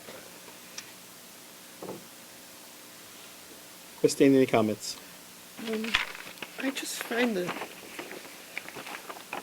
design of this house, the aspect of it from the front, sort of fussy and pretentious. But It's your two dormers on the it's the side. two The dormers with peaks the- are too high. it just seems out of proportion. They don't seem to blend in. It's not a house that you look at from the front and think how harmonious it looks. It doesn't look harmonious. It looks like those things are out of proportion. I think this is like the third time we've said that, by the way. I think that's, No, the last time there was all the comments on the I know that we were talking itself. about the peaks on the gables on the Talking last- about the peaks on the gables. No, I know what you're referring And then- to. You know, Anything else, Christine? no. Okay. Absorbing it. Absorbing it. Susan? Well, I have to agree, and I think in the straight lines over the roof of the entrance, it just doesn't seem to go together. What straight lines are you referring to? What was the Chinese restaurant Right. is now straight, no? It's a copper Right, roof, but yeah. these lines, as opposed to the curved lines. That's correct. Seem, The pitches are different. right. Well, Yes. the two small gables on either side of the main gable They- are similar. But So they're the curved, three are no? similar. It's just the lower one Yes, is that's right. the issue, but we're making it so that it doesn't interfere with the window, and it has to be watertight, and that's why it's copper. So in order to get below this window and have the light coming in the foyer, Okay, stay low, but incorporate it. So instead of having the overhang and having to define, it should be incorporated into one. So there's a continuous. Well, your pitch is off too. If that pitch is that I'm not low an here. architect, I'm just saying No, that. I'm just saying, if it's that low, that's gonna look ridiculous too. It'll look worse than this. I think this looks nice, actually. I mean, obviously, that's why we're presenting it. Okay. Jeff, comments? Okay, somewhat similar to the other comments, and maybe it's a matter of taste, but in my view, there are so many different angles and curves that, and barely any two are symmetrical except the two gables on, No, the two dormers. Really, the three are, it's just the one in the front. Well, you've got the inverse gable there, then you've got the dormers on the side with a much steeper pitch, and then you've got the low-pitched portico, and then you've got two columns. It just seems to be a lot going on, and without being an architect, I can't get more specific than that, but it seems to be reflective of some of the other comments. You're having difficulties getting the votes. Yes. There were a lot of conversation, a lot of discussion about your peaks on your gables, as well as the front entryway, which still seems to be of issue. I think if you would have stayed where you are, you probably wouldn't have had so much focal point on the two gables. But I the fact understand, but I'm not living there, the customer is. And neither are we. We're just here, we're in a That's what they position now want. where we have to go forward with an application that we feel is acceptable and reasonable. Let's see if there's any public comment, okay? Any public comment on the application, please step forward. Evelyn Conrad, Southampton Village resident. I just think I should caution you that if you approve this particular application, you're in violation of New York State black letter law, subdivision law, in violation of New York State case law, and by approving the violation of Covenant 1 and several covenants that run with the land, you might also be in violation of the constitutional contract clause. Now, I do want you to know that getting an approval from your attorney does not save you before the court for being responsible for your decisions and liable for them, because you should know that law that regulates the particular area and the particular project that you're approving. In this case, you will be, if you follow Mr. Robinson's dictates, you would be approving a fraudulent decision that you all approved about a certain property in that area being adjacent to the area rather than part of it. That was in itself a violation of subdivision law and of the documents that formed this subdivision. If you have any problem getting it, let me tell you where you can get the relevant documents. First of all, of course, you can get them from me. I would be glad to email it to each and every one of you. They are in the county clerk's office, Suffolk County Clerk. This particular area was formed in 1960 or 62, as I recall. I wasn't planning to come out. This came to my attention a little late. That particular subdivision section was signed by the secretary to the planning board. So that's pretty authentic. There is nothing else that trumps it.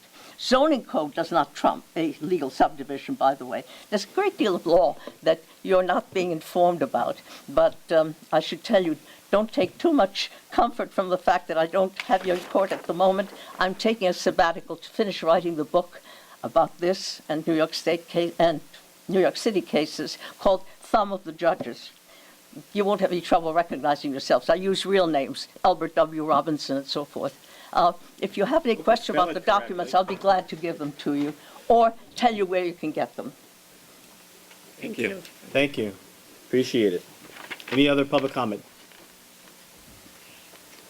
Okay. Irrespects, there were some concerns about the gables, as well as the front entry.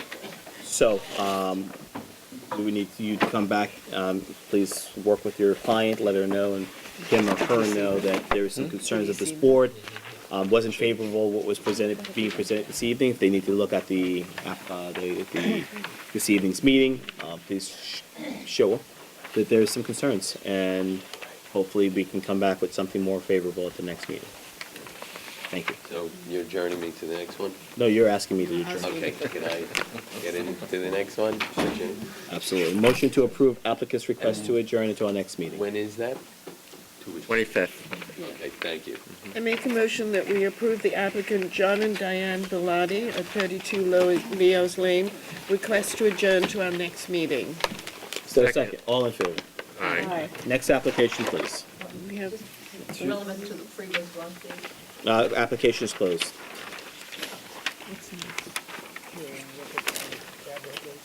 Next application. 201 Wickapog LLC. Mr. Chairman, I'm sorry? you gave John Bennett a little leeway to continue arguing his case. Uh, I'm also an attorney, and I'd like the same respect. I haven't disrespected you, I'm sorry. You've forbidden me from giving you another comment that's totally irrelevant. I closed the application from I did close the It is a application. general comment. This board closed the application for the You next. asked for help in deciding whether size could be It's considered, time. not have a legal answer. we- Thank you. Is the applicant present? 201 Wickapog. Driveway gates.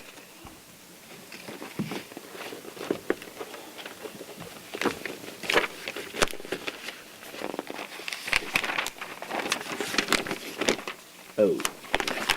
The applicant present? Motion to adjourn. I make a motion that we adjourn the application of 201 Wickapog Road, Wickapog LLC at 201 Wickapog Road. Second. All in favor? Aye. Aye. Next Aye. application, please. 21 Old Town Crossing.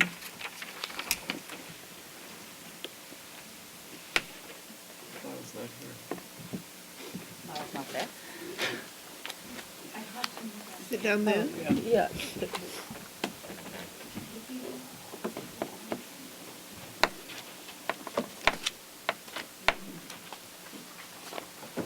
Never ends, does it?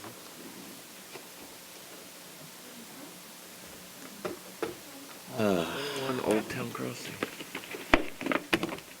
Here it is.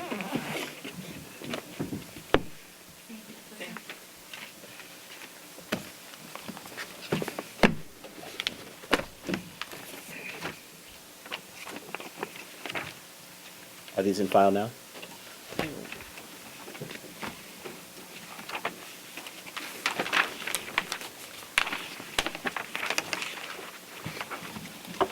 So Lisa Zaloga, architect for the applicant.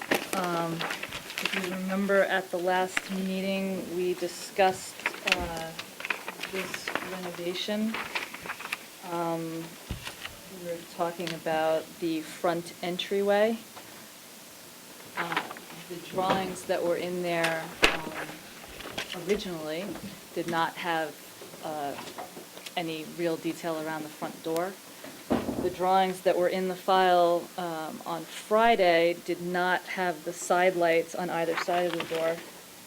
So those are what's in the file now. They were put in today, but that's what you have in front of you. Is a pediment around the door with side lights on either side of the door.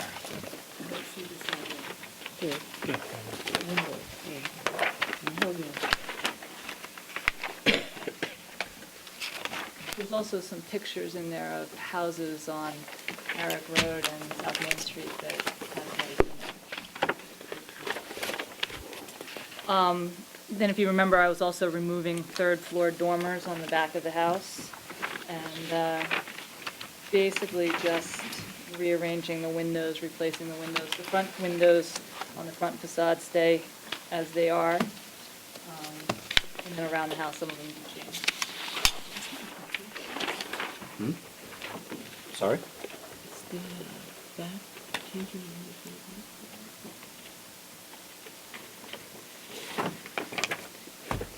It says renovation. It's not specific to what positioning or windows are. It's just renovations in general. It's the applicant's requirement to show us about presentation and what those areas would be. Jeff, any comments? No, no, it's an improvement Okay. against the flat front. Susan, any comments? No. Brian, any comments? No, I think it looks good. Christine? Done. Simple, classic. Yes, it is. Any public Very comment well. on the application? Motion to approve. I make a motion that we approved 21 Old Town Crossing LLC at 21 Old Town Crossing. Second? All in favor? Aye. Thank you, good night.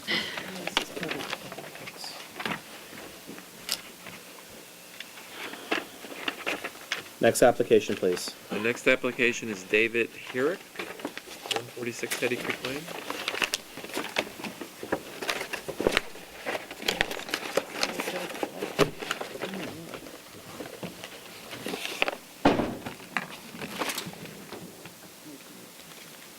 Looks like he has soil on his cars.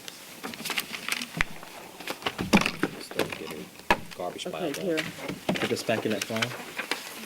This is crazy. This is, It goes into that file.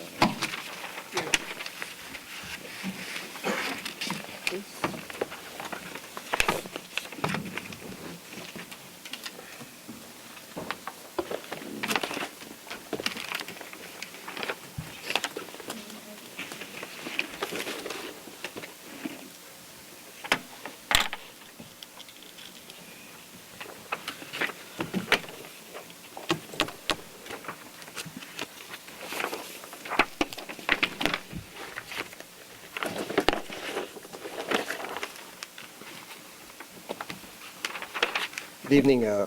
My name is Bill Slight. I'm the architect for the applicant, David Hertzik. The property is located at 146 Hetty Creek Lane. For those of you who are familiar with the neighborhood, this is a cul-de-sac. It's a neighborhood that was developed within the last 30, 40 years. There are a number of homes on there that were built in the late 60s, early 70s. Within the last 5 years. There's a number of newer homes on the street, a number of homes that go back 40 or more years. This is an application for additions to the existing home. Portion of the second floor will be removed, and also addition will be made to the front of the house. Within your file, you have photographs of the homes in the neighborhood, and also this is what the existing home looks like on the property. Our application proposes to alter the home.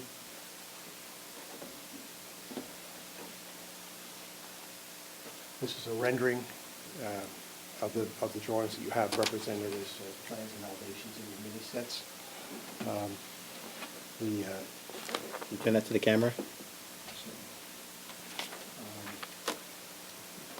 The northerly portion of the home will remain largely the southwest portion of the home will be altered for the new additions. Current building has a green asphalt roof. The new home will have cedar shingles. The materials of the new home will be a relatively smooth finished stucco. As I said, cedar shingles. The walkways will be bluestone. Stone elements will be a dressed ledger stone. There will also be some Ipe balconies and decking, white trim, and the windows and doors will have gray finished frames and mud walls.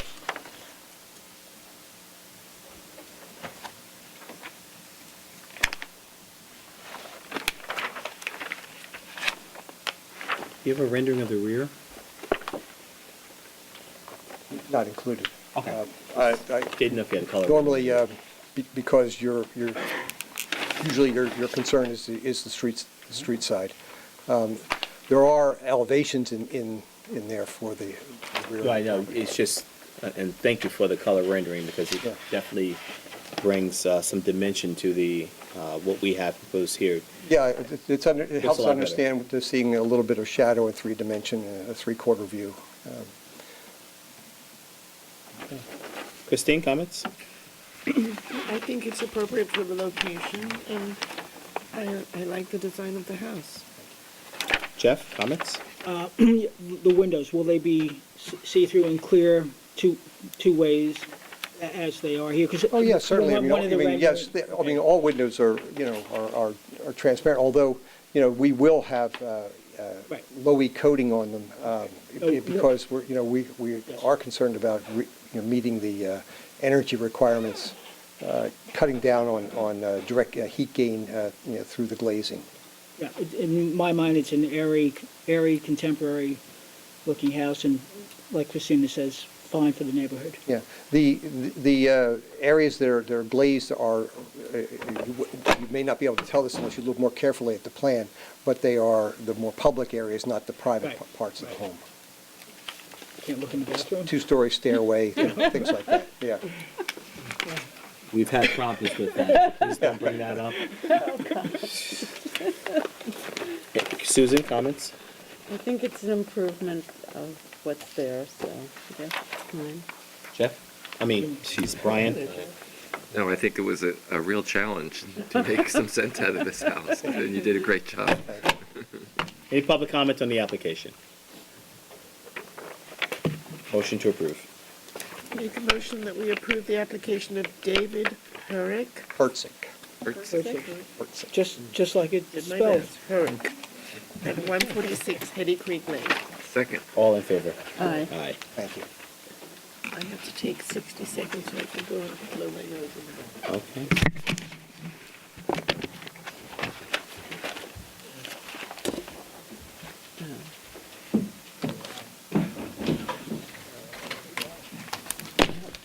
Some of them are big, and also there, one's not drained.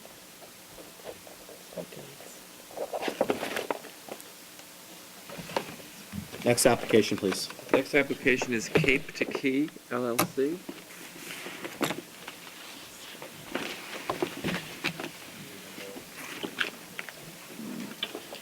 Hi, I'm Ryan Bell. I'm the builder for the project, representing Cape to Key.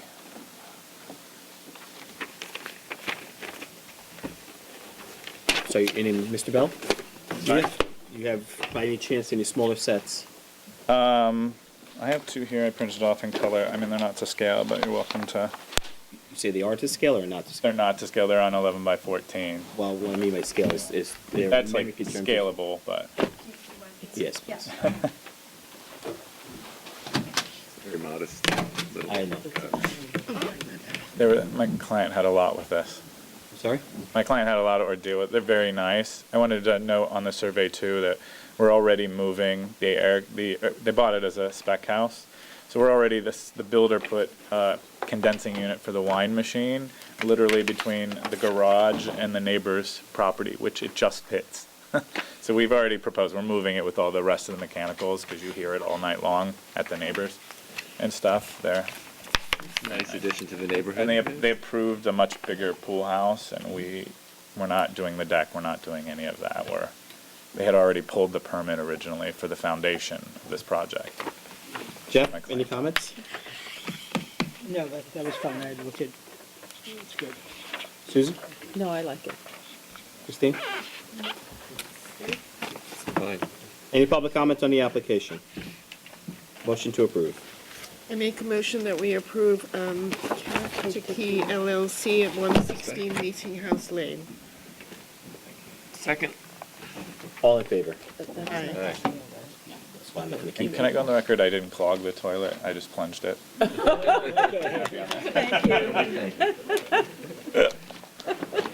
Thank you, guys. The fact that you have to explain yourself is questionable. Right, I'm like, That's I okay. have to donate a couple of plungers. Next application, please. Sand Dollar Holdings.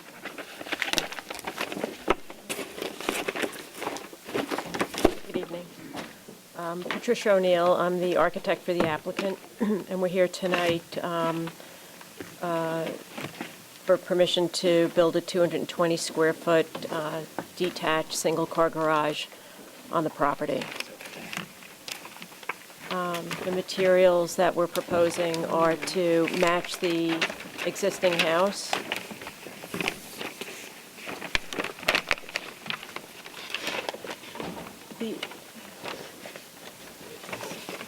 And the existing house will stay exactly the same? Yes.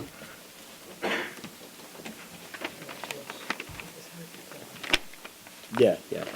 So, Isn't that is what we're talking about. Right, but I'm. It's just a little bit. It's cute. Yeah. Sorry? I love the little cupola. I've seen it, yeah. Uh-huh. Any questions, Ben? No, I think it's No.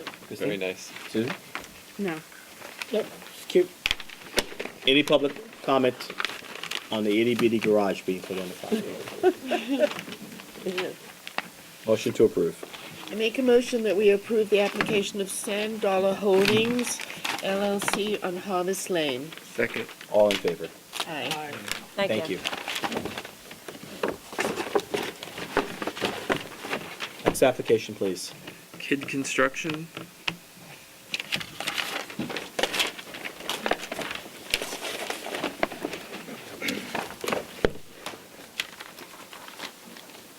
William Manier, architect, here on behalf of the applicant. I have the affidavits.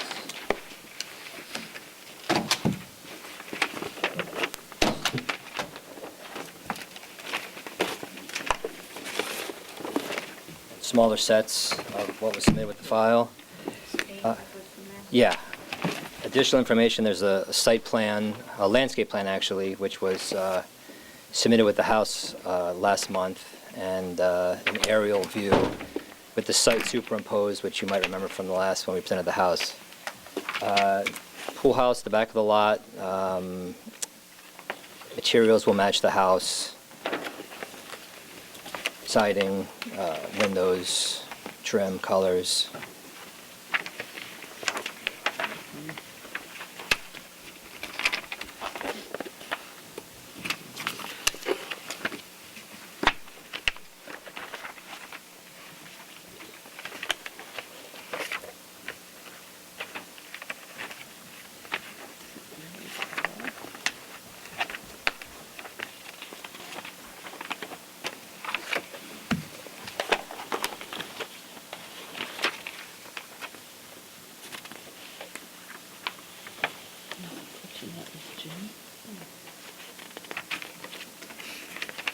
Brian, any comments? No, I think it's fine. Christine? No, I think it's fine. Jeff? Fine as well. Susan?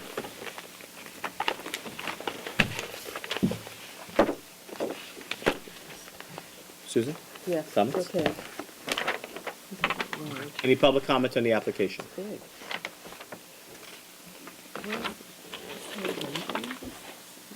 Motion to approve? Make a motion that we approve the application of Kidd Construction Company, Inc. on 64 Moses Lane. Second. All in favor? Aye. Aye. Thank you.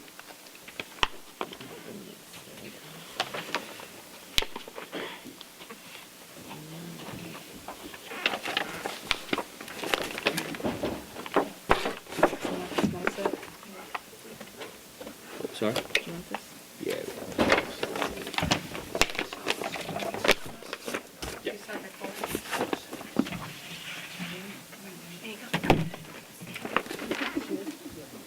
No more.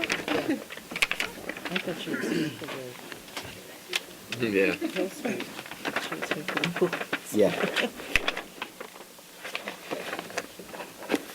Next application, please. Next application is Martina and Tim Keeney.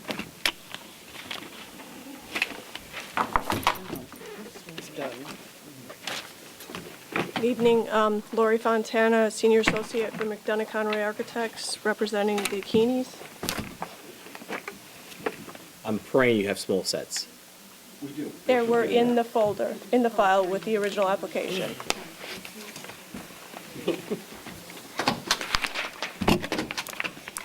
last one.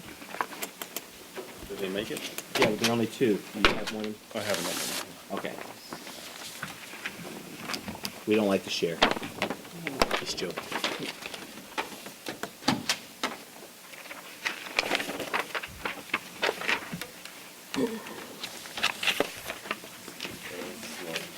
This is Steve Barsland from Barsland Building. I'm sorry, Salamar.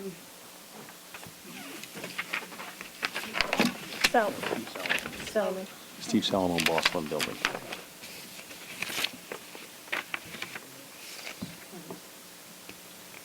Those are some sharp bells there. What do you think, Brian? It's just too many curves. Very curvy.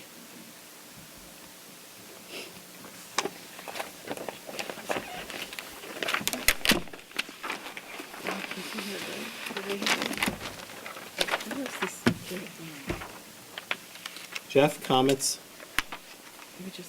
I'm having issues with the dormers. It's just too curvy. With the, what, I'm sorry?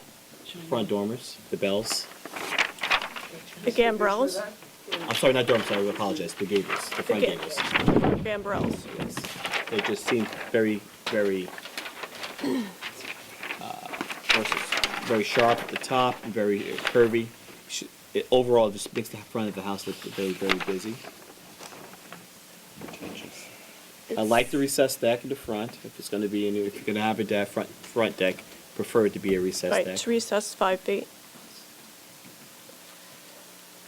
What is the benefit of doing this? Well, that's the applicant. That was the client's request, was very fluid and curvy in their design. Is there a replication of that somewhere in the village of Southampton that they saw? Or? There is in Southampton over by Gin Lane. There is that similar design.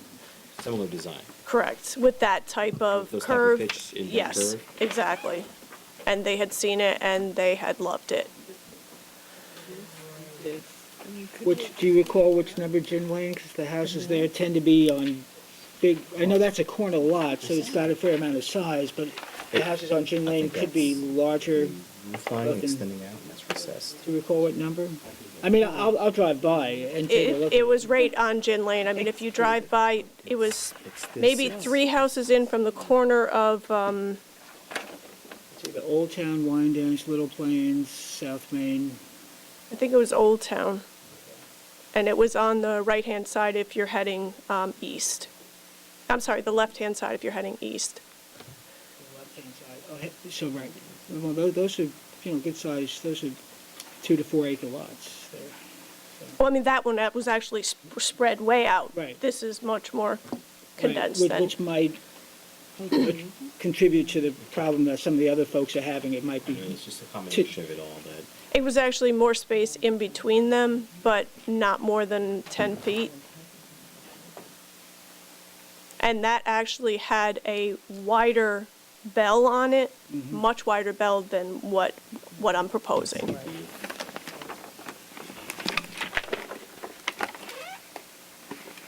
Okay, the continuation of the roof line, is that replicated on the other side too? Is that just? That's an exact duplicate from one gambrel to the other. They're the exact same gambrel.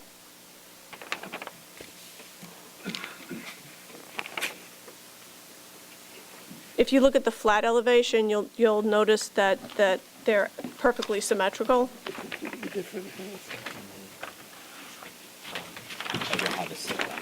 I'm sorry. Here. To share. Then we don't have it, I don't know. That's okay. You got it. Wow. It's just so potential.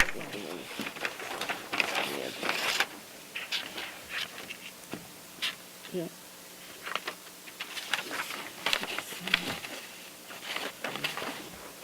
Brian, do you have any suggestions in simplifying this other than taking away a lot of the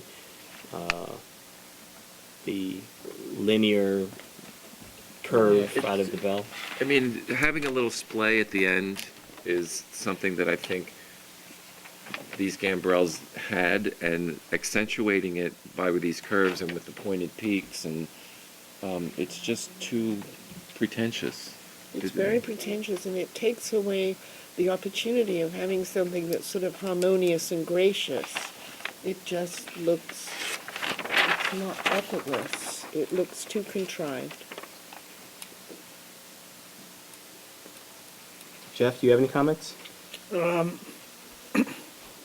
Yeah, pretty much the same thing. It's interesting enough that it's related. We had one architect here earlier who went from this design to a straight line.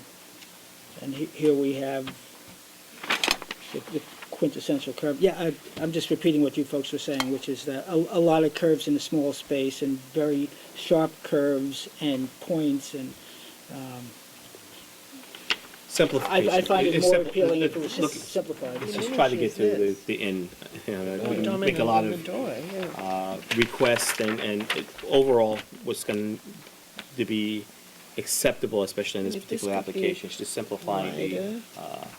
some of the front facade, especially the doorway. It's a lot of peaks, a lot of angular sloping going on in the front that is just taking out of the overall design. There's symmetry, but it's not the right symmetry.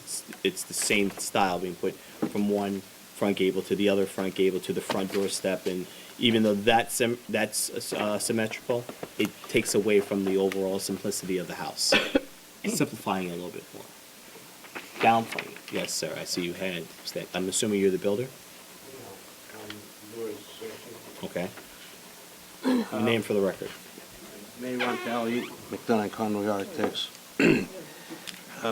Would it be acceptable to the board if we get rid of the peaks, the pointy peaks, and maybe, at the request of the client, get the top gambrel to be a straight rather than a curve? I guess what we've been saying all night. If we can make that based on, if we can approve it based on those Are you conditions. talking about this sweep? We're talking about the To be second, straight? the upper sweep, yes. It can flare. No, you're talking about this. You want to sweep Flaring. just The a slight flare at the over-exaggerated bottom? flare. The over-exaggerated flare. Okay. And then it comes to the top like a The point, yeah. He's saying to get rid of that. And if you cut that down, then the whole, it looks simpler. And then, of course, Get rid of it. Just get rid of that, yeah. over the front door, Smooth this that out. Bring this down a little teardrop, straighter and angular just tear, sweep the whatever, ends. was sort of cut and straightened. That just You needs have- to be simple. I mean, even the front That just doorway, needs to you go have to- away. yeah, That's it just needs to go. This needs to be simplified here, because Yeah. your front entryway, Over, the bracketing the underneath entry it. to the house is diminished by all this fussiness at the beginning. Just make Well, we it need to simpler. cover the area, and since that is, if you look at the floor plan, that's actually covering the front entry. So if I get rid of that, then I get rid of the front entry. Susan? And here, these windows are, They're French doors. They're French doors. Coming out of the dining room. And this part of the building that comes out is the garage. So the doors continue behind the part? No, if there's actually a cutout, I need If you look on the plan, you can. if you look see on it. the floor plan, you could see that it's cut back, and the roof is actually cut back also. Mm-hmm. So maybe this will help you a little.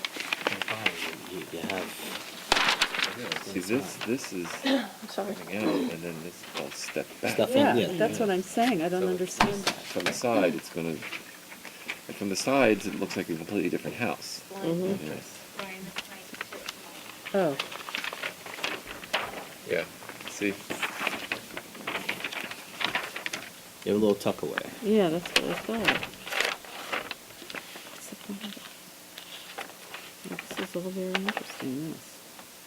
Anything further, Christine? No. What about the rear? I didn't even get to that. Second story deck. Was there? Oh, yeah. I'm sorry? And again, those ugly paint. I'm sorry? Can we see what the rear looks There's no, like? there's no There's no- color Just rendering of the that. rear. We only have the plans, which will be in the building department following this meeting. I mean, then they continue If they're to gonna simplify this, they replicate the have to front simplify that. side, so it would be, any adjustment to the front will actually be Right. opposed to the rear. The second story deck, which is to the, I'm sorry, I don't have variants here, you don't have north, south, east, and west, so I'm not sure where positioning that is, on what side of the house the second story deck represents. Do you want us, I have, hold on. Well, they have the aerial of the,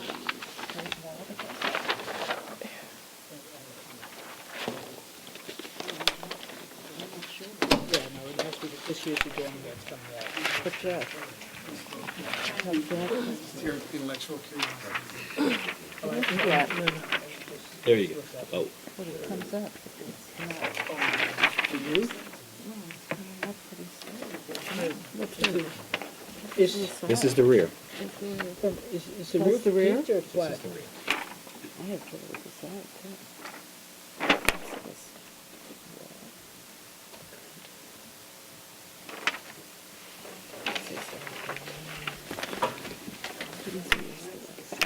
nobody looks up. All right, anything further, board members? Any questions about the second story deck at the rear? I have concerns considering this, considering the site is very narrow. There may be potentially some privacy concerns with the second story deck. we do have natural growth on the side of 30-foot trees and I think 20-foot privets that are Photos and file existing. that show that. I don't have the, You would have to demonstrate that it wouldn't be any privacy concerns. okay. I'm assuming that those are evergreens that Yes. shows photos. Anything further, Christine? Just needs to be simplified in a big way. Make it, Yeah. Jeff? Modify Any that. public comment on the application? All right, Would it help to have the photos of the house on Gin? I mean, I do have, I don't think, I think we're looking at this application independent. Okay. I understand that you had an interpretation of what a style was.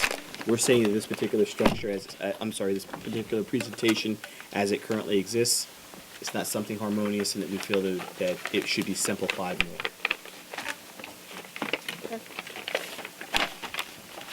So you'll come back at the next yes, I would meeting with like to adjourn alterations? to the next. And you're asking the board to adjourn so you Yes, can I prepare am. yourself? Yes, I am. Motion to approve applicant's request to adjourn until our next meeting to I make a prepare. motion that we approve the applicant Martina and Tim Keeney's request to adjourn to our next meeting for 793 Wicker Park Road. Second. I'm sorry? Before we close it, just to make sure, we're looking to simplify the front and Front, take the same- rear, front, the rear, show us that the impact for the second story deck wouldn't be in any way. You want me to perhaps take some pictures of the side yard that's existing? It shows us, give us Have a, some pictures into my phone. I get it, we'll make it a part of the file so it can be a part of the, and if we can have information on the height so that we know what that line of sight is going to be. I mean, you're really talking about, we try to be very consistent in terms of privacy concerns. Not necessarily the neighbor may or may not be here complaining, but in any case, we look at every application equally. And if there's any possibility of obviously causing privacy concerns, we try to do the best we can to eliminate that.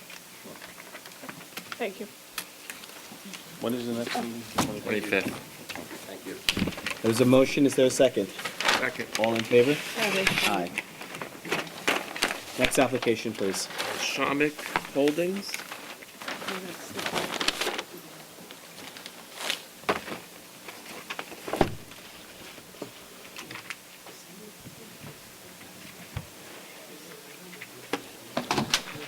Hello, good evening. Yeah, sorry, after drinking coffee, I don't want to offend.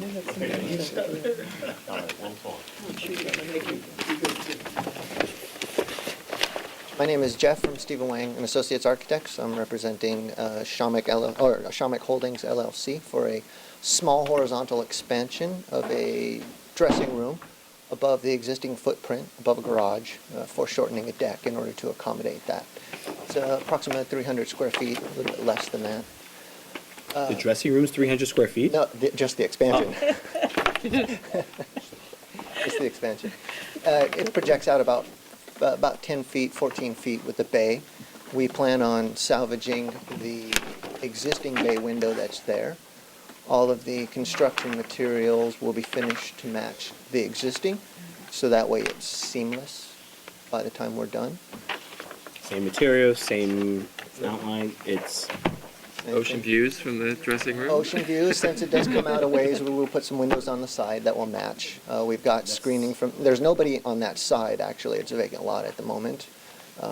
We don't have any privacy issues that we're aware of. We've got tall evergreens on that side, and we're opposite of the neighbor, who's actually higher, but still screened by the vegetation. Brian, comments? I think it's very well done. Very simple. Christine, I'm sure you could, yeah, dressing room, geez. I wish it was mine. There you go. It's fine, Yep, fine. Any public comment? considering the scale. Motion to approve. Make a motion that we approve the application of Shamik Holdings LLC at 1900 Meadow Lane. Second? All in favor? Aye. Aye. Thank you very much. Yes, Little yes. dressing renovation. Someone's wife is extremely happy. You can buy more shoes. Next application, please. Next application is 155 Wyandanch.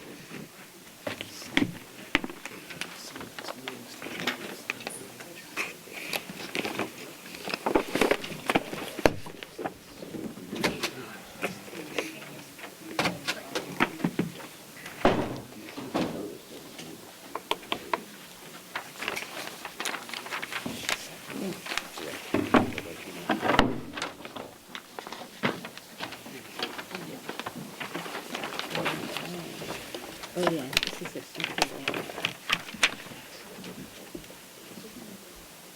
Ron Villano. Christopher Post.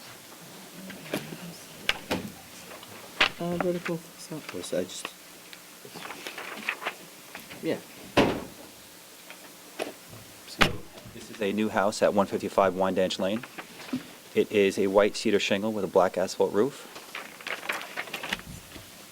That is the plans and elevations. Any questions? 3 minutes, I beat it. It's not necessarily for the applicant, but... The rebuttal. It's the rebuttals.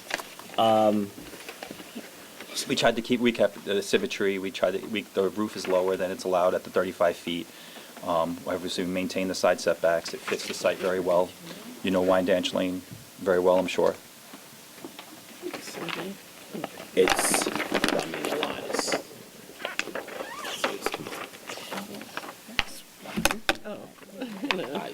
yeah, it's a vacant lot right now, so... It's huge. What's the lot size? 1 acre. And the overall square, not that square footage matters, but putting in content in terms of overall. What is the square footage of the house? The house is 6,000. Sorry? 6,000.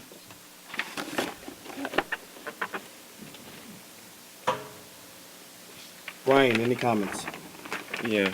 You don't have a rendering of it?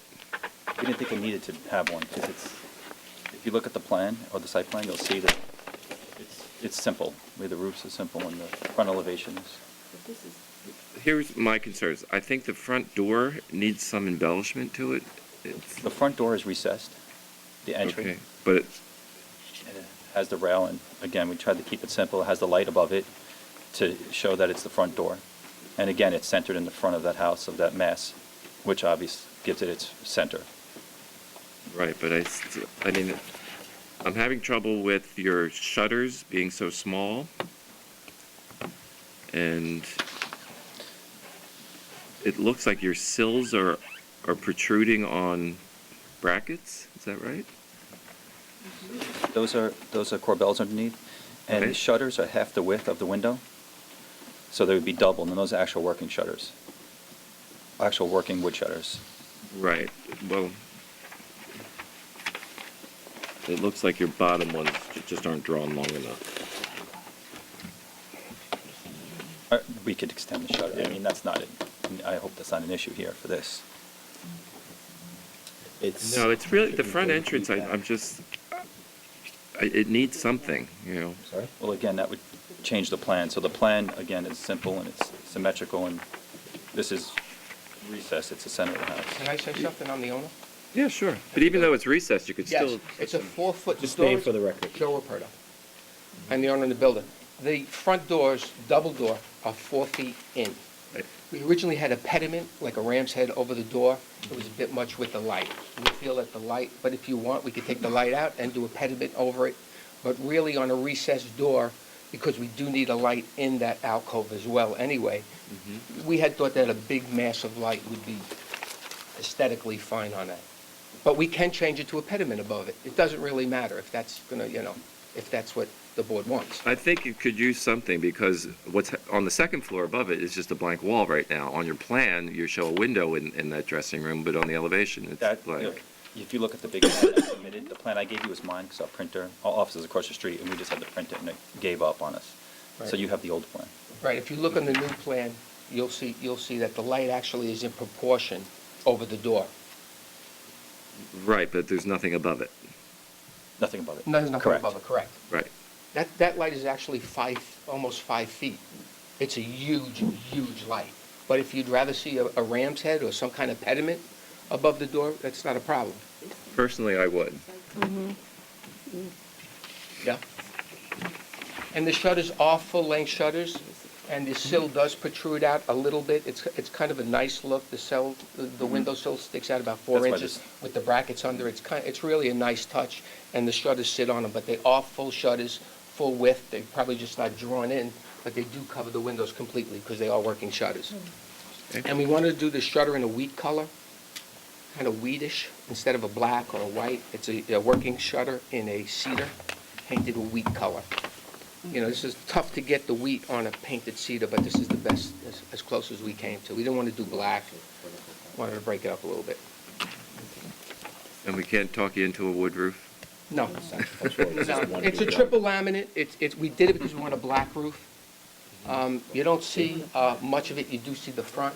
But again, we wanted to go with the black.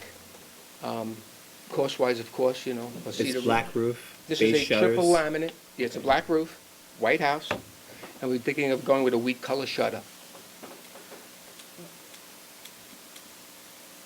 I mean, Wyandanch has everything on that Yeah, block. it It's got does. stucco, it's got clay roofs, it's got, I have pictures I can show you, my next door neighbor. But, cost-wise, to go with a cedar shake, we really don't, like the color of the gray. I prefer the black. And you're not gonna get a black roof unless you wait 5 or 10 years on a cedar roof. And plus the cost-wise as well. The roof is not that massive. It looks Right, like the this roof is from not this that view, because massive. it's not perspective. You're seeing it as if you're That's why head on. rendering would help. So Well, you could see it this on the is not, plan. and You could see again, it on a full plan. and it's Any other hip- questions, Brian? hipped at the sides too. No. Anything in regards to the garage and the vertical clapboard? You have it rendering, I'm sorry, it's gonna be white? the Yeah, vertical clap- it's white, and that's a It goes along shiplap. with it? That's more of a shiplap, an AZAC, straight up and down, 7-inch. Oh. It's a shiplap. On the side, on the, Yeah, On the right. garage. Correct, on the garage, and it's a 7-inch with a 1/4-inch space in between, and that's AZAC. Just to break up the shingles a little bit. What color Shingles are are the white shingles, 6-inch exposure, roughly. 6-inch, yep, this way. that's at the front, from what you see from the Right. street, is this. At the garage, you did vertical shiplap. I don't know, I think I'd prefer you continue with the cedar. What's that? Instead of Just AZAC? me personally, again, I see what the board says, but I'd rather you continue with the cedar shingle. Around the moving whole forward. house? Okay, but I like to break up the elements a little bit. I mean. See what the board says, just Okay, I mean, overall, but What about the stucco? the stucco we were thinking of doing on the loggia area and the chimneys. Right. There's the chimneys, you could see the stucco, and the loggia area in the back. Look at Overlooking the, pool, yeah. if you look at the left What color elevation. though? White stucco. What? I don't want to put too much shingles in it. I think the elements break it up a little bit because there are stucco houses on that block. There's a yellow stucco house right next door. And it looks pretty good with a clay roof. Christine, you haven't heard from you. So Any this- questions? Let me just clarify, so this Yes. is going to be white, the house is white, Cedar shake, white, white cedar shake. The shutters are going to be wheat a colored. wheat color, right. We tried to get it as close as you can, but I guess, it's more of a wheat color. And then the roof is Going to be black. correct. You don't want to do a shingle roof. Not really. I do agree with Brian, I think that there has to be some accent over the front doors. Okay, that's not a problem. We could do a pediment or a ram's head or some kind of, and then take the light away. Jeff, comments? Actually, in the absence of a colored rendering, I couldn't make a decision. I'm not particularly fond of the black roof.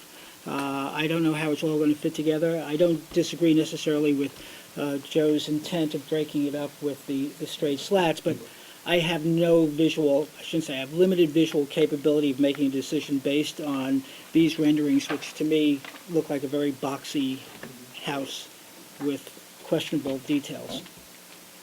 You want to see a rendering? Yeah, Yes. I'd like to see Yeah. it. Yeah, especially the different materials and the I wanna colors. see what it's gonna And- look like. It's important. You say more And if you detailed correct also the layout? shutters so they can meet in dimension proportion. Okay, so you would rather see a rendering plus some kind of pediment above the front, take the light out? You're rendering of the whole deal, how it's going to look. Well, the question is what it's gonna look like. I mean, Yeah. that's ultimately what we're saying right now. Anything further? Anything further from the board? Are we okay with the roof and everything else? I mean, I don't want That's the reason why we're asking That's for why a we color wanna see rendering. rendering. I mean, it's Then we'll I can't make this decision. I cedar, won't make a decision. wheat, white, Right. black AZEK, shutters. White AZEK. It's The wheat, I mean, I can go with a black shutter if I worse know what comes we to look worse. like. I mean, I could do a black shutter with a black roof. I could do a black shutter with a black roof. We'll bring an I option. think we really need to see We'll have an what option with us. I think we the- need to all see. those elements put together would look like, because there are a lot of them. Yeah. There they are. Right, I mean, know, but they're not- I Good- know. Yeah, exactly. It's not- You understand. Yes. Just bring it back to us so we can visually take a look. Okay, and like I said, we can change the color of the shutters to match the roof. I could change the downspouts to being black instead of lead-coated copper. No, you don't want to do that. Well, I know. No. That will be. Any public comment on the application? Thanks a lot. We Okay, thank appreciate you. it. You're Thank you. going to prepare for the Yep. next meeting and ask us to adjourn so we can do so. Okay, thanks. Thank you. Motion to approve applicant's request to adjourn until our next meeting. I make a motion that we approve the applicant 155 Wyandanch LLC request to adjourn to our next meeting. Second. All in favor? Aye. Aye. Let's look at some driveway dates.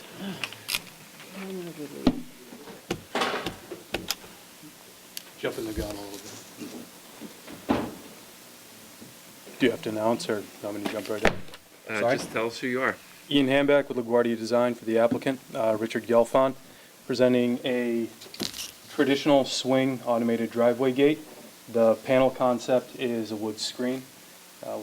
This will be built out of Sapele mahogany. We have a 1.5-inch slat dimension. We have a 1.5-inch open gap dimension to achieve the 50% transparency that the board often requests.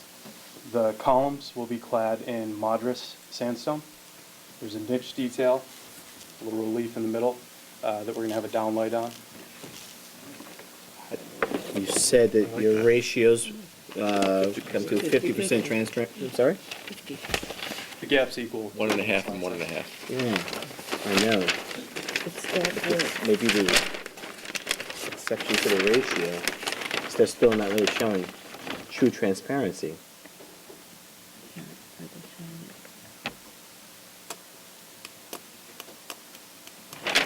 Right, I mean, just from a conceptual standpoint, we're still not really seeing true transparency from the driveway gates. Even though I understand the ratio, given what it is, but this may be one of those exceptions where we're really still not seeing what we're trying to do when we made where we try to develop a ratio to determine what would be best suited for transparency.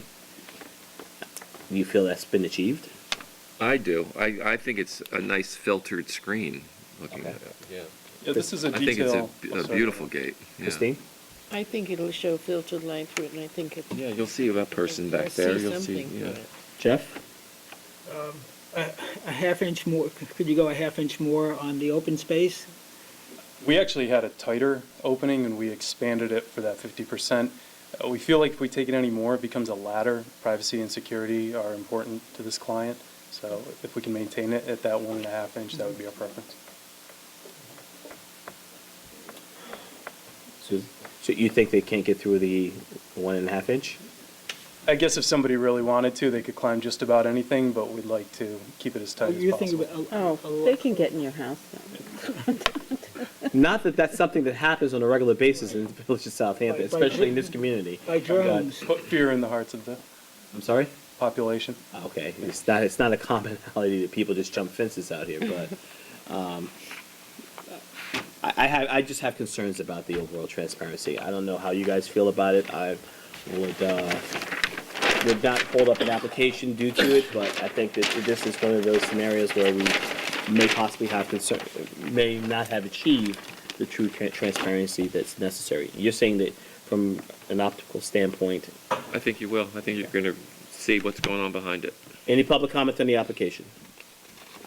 Anything further from the board? All right. Motion to approve. Is there a motion? I make a motion that we approve the driveway gates for Richard Gelford on Squabble Lane. Second. All in favor? Aye.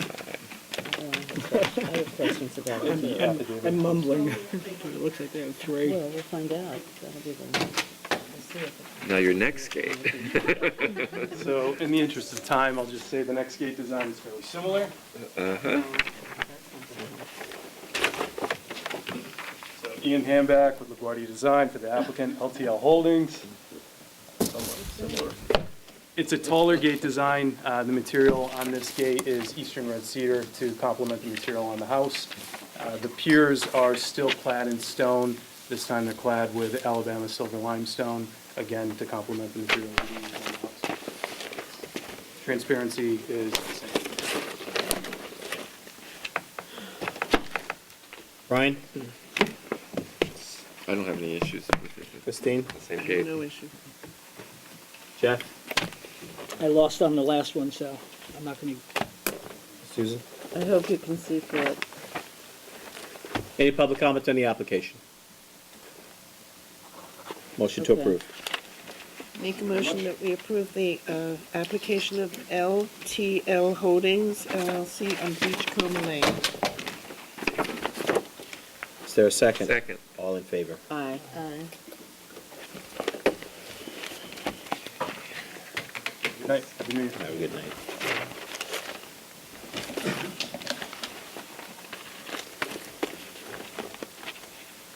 Goes in the file. Which file? LLC Holdings. Which property? The one you have. LTL. 364 Beachcomber. Mm-hmm. 364. That's the file Curtis has. Got it. Next application, please. Next application is Alley Guy MD. Is that right? Hi, my name is James Bradnick. I'm the builder for Alley. Hopefully mine should be pretty simple. I haven't been to one of these meetings before. The plans that you have show a 10-foot addition that we're putting on the house. The siding, I believe someone's driven by and looked, I would imagine. The siding is staying exactly the same. The roofing, everything on the outside of the house is staying exactly the same. It has the light gray cedar impressions with white Anderson windows, white soffits, and I believe it's the weatherwood architectural roof shingles. It's going to stay the same. But we did make a change since then on what you have that I would like to ask you about.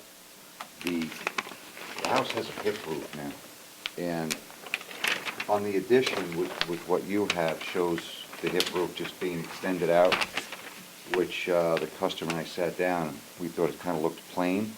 So we wanted to change it to a gable end. It does conform to the lot by a few feet, actually, with setbacks, 20-foot setback. We're only 19 feet up as far as the pyramid law. And that's at the shortest point. It widens out in the back if you was to look at the survey. So we think gives the house a lot more character, and it really helps on the inside with cathedral ceilings. And character on the inside of the house too. Just trying to get rid of that railroad car look, because it is long. You have two sets of plans like that? I have 5, actually. Can you hand them in?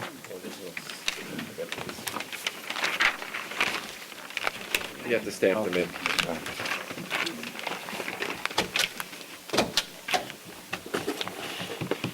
It's just like. No?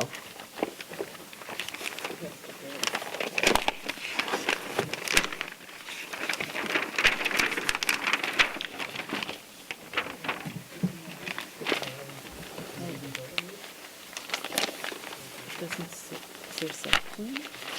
I'm sorry? Yes, it's a site plan. With this in it? The only difference between that and then, instead of there being a hip, she's So just it's spinning out. If you take a close look, the hip in the front will still be visible. The valley is about 8 inches behind it because there's a 1-foot setback on the addition.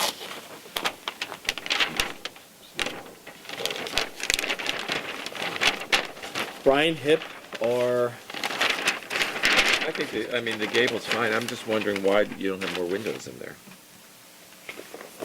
She's on the fence with the windows because she has lupus, so when you have lupus, you can't be in the sun. So, we're on the fence with the windows. And it's not gonna change too much, but we might actually change the picture window in the front to, two casement windows instead of the, picture window in the front. But as of now, that's the way it's gonna stay. Okay. Christine, comments? Are you going to change the windows, or are they going to? No, we're gonna keep them the same. Okay. Jeff? I guess I'm not clear as to what we're voting on, He's that which proposing was this. in the file, or? This is the new proposal. Right. and- Change the roof line. Change the Okay, roof and do we have to have the building department look at this beforehand? No, it's, okay, in terms of process. All right, and in that case, then I'm fine with it. line. Any public comment on the application? Motion to approve? Make a motion that we approve the application of Ali Guy MD at 88 Narrow Lane. Second. All in favor? Aye.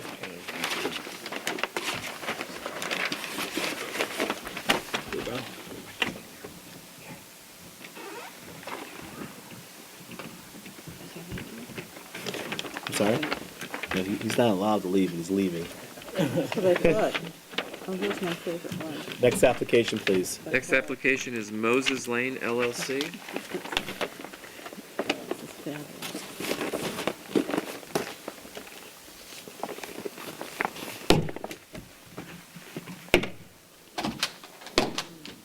Oh, great, thank you.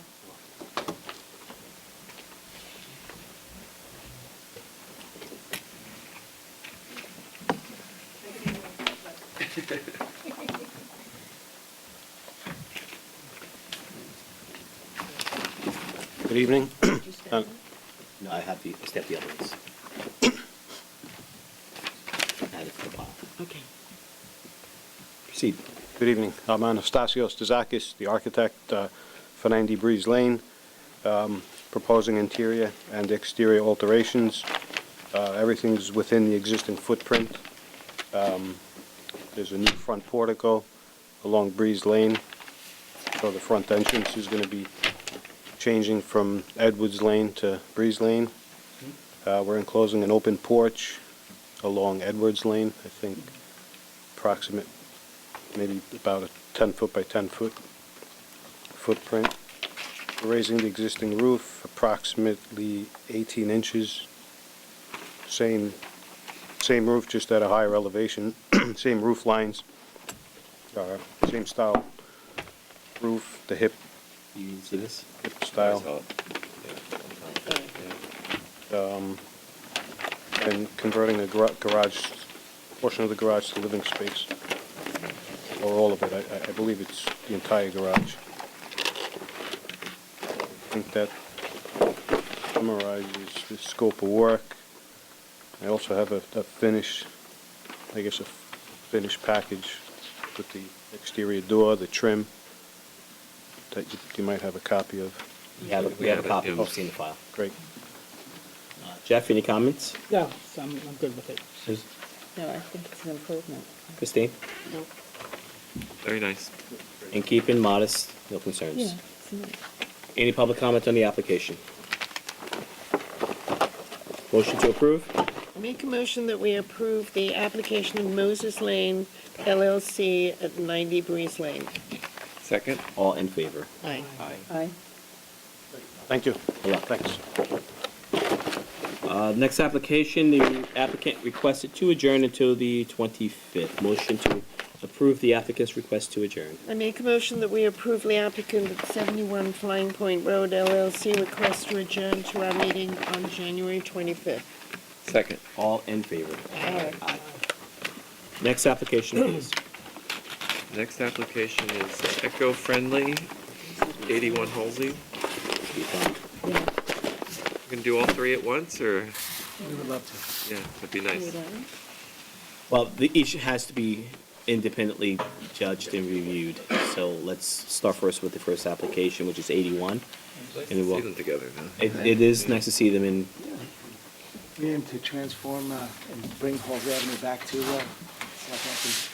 That would be a good idea. Great. They're nice little houses, yeah.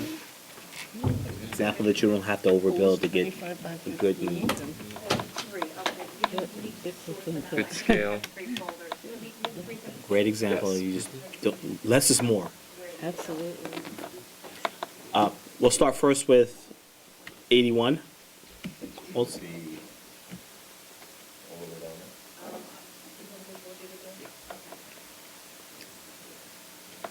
Which one's 81? That's 81. You want to hold that up to the camera while we're waiting? Yeah.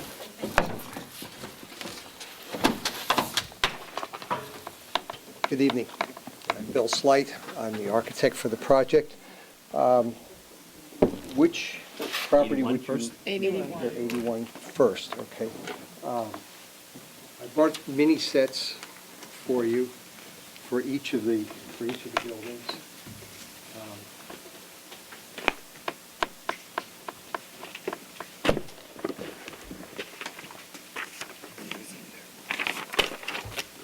Jeff, do you have any opposition? Do you have any opposition? Bill, we can go over a Cut to the long, chase. lengthy process. There's no opposition at this board. So just for record purposes, if we can just talk about the design, materials being used, and I think we're okay overall on all three. Just don't want to labor over an application process that doesn't necessarily have to go through. Sure. Just so that we can build a case and so that we have a full case. Just talk to us just about the architecture, the elements, the material being used, and I think we're okay. Okay. I have mini sets for each of the properties. I looked at the big ones. Do you want to see the mini sets? I don't even think we have to do that. We just talk about it with your renderings. Oh, all right, that's fine. All right. Bill, you did a good job. All right. They're telling you we All right, like so them. 81, and is this, Yes. this is 81 Halsey Avenue, okay? For those of you who don't know, Halsey Avenue runs east-west. Osborne Lane dead ends into Halsey Avenue, right about where the middle of these three properties are, okay? So that you have some context for the understanding of the property. These, I'm looking at it upside down. These are the three houses. This is 81, the current 81. This is the current 87. This is the current 93. These three homes are adjacent on this side, okay, in this order. So this is the house next door to this. These four homes are adjacent to this home on the other side. These are all on the north side of Halsey Avenue. On the south side of Halsey Avenue, beginning at David White's Lane, is this house. I'm sorry, I'm upside. Yeah. Yeah, you're right. Is this house. And then proceeding west is this house and this house. Then there's Osborne, and this house is at the corner of Osborne. And then Yes. beyond that is a large vacant lot and Bower Lane. Okay, so you understand, the neighborhood, and I have that here if you have any references you want to make to that. Okay. The house at 81 is, and by the way, this is an interesting three cases because these houses were designed within the new scaled-back rules that the village imposed with the lowered roof height, the resulting smaller pyramid that provides, the floor area ratio, the lot coverage ratios, all of which were in the, and the intention of that law was to make smaller houses in the middle of the lots. And this house complies in all regards, and in a sense affirms the changes that changes that were made, and that we still can develop a property in a fair way that we hope will provide a fair return for the investors. So the house that's going at 81 is a classic Greek revival. It'll be rendered with clapboard, which is typical to that style, by the way. They began using clapboard with the Greek revival. It will have wide pilaster-style corner boards. It'll have an open pediment with a triangular diamond faceted infill window. On the side, which is where the stairway will have a projected bay with a dormer roof. On the other side, which actually expands the first floor, but keeps it within the pyramid. It seems to be a dependency that continues to the back of the property, to the back of the house. What's interesting about the way we site planned this is that we've moved the driveway to the to the west side of the property rather than where it currently is on the property on the east side.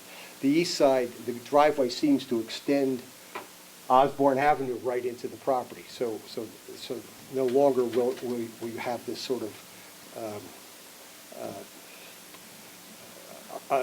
uncomfortable access to the lot, and also what I think is not a pleasant way for Osborne to terminate. Osborne will now terminate seeing a real property. Fine, no issues?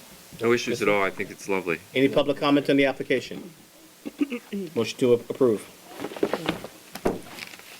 I make a motion that we approve the application of Eco-Friendly at 81 Posey Street, Posey Avenue. Posey Avenue. Second. All in favor? Aye. Next application? Second application is for 87 Halsey Avenue.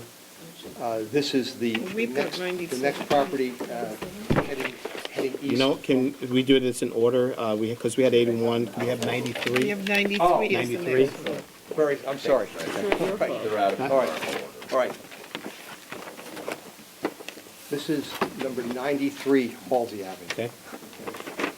This is the easternmost of the three properties.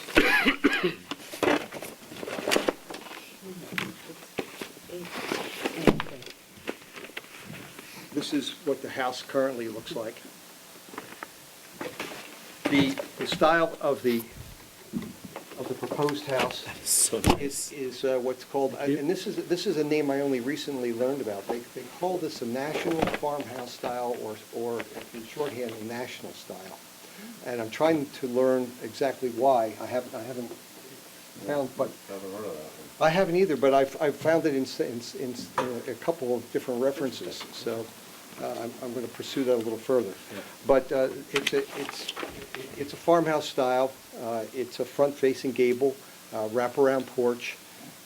We intend to use cedar shingles, which we will allow to weather to the dark color, which is traditional and found in many of the properties in the village. There'll be white trim, a brick chimney on the reverse gable, and a simple, the porch will be a simple open porch. And the driveway at this residence will be on the west side of the property. Beautiful. Any issues? Nope. Any public comment on the application? Motion to approve.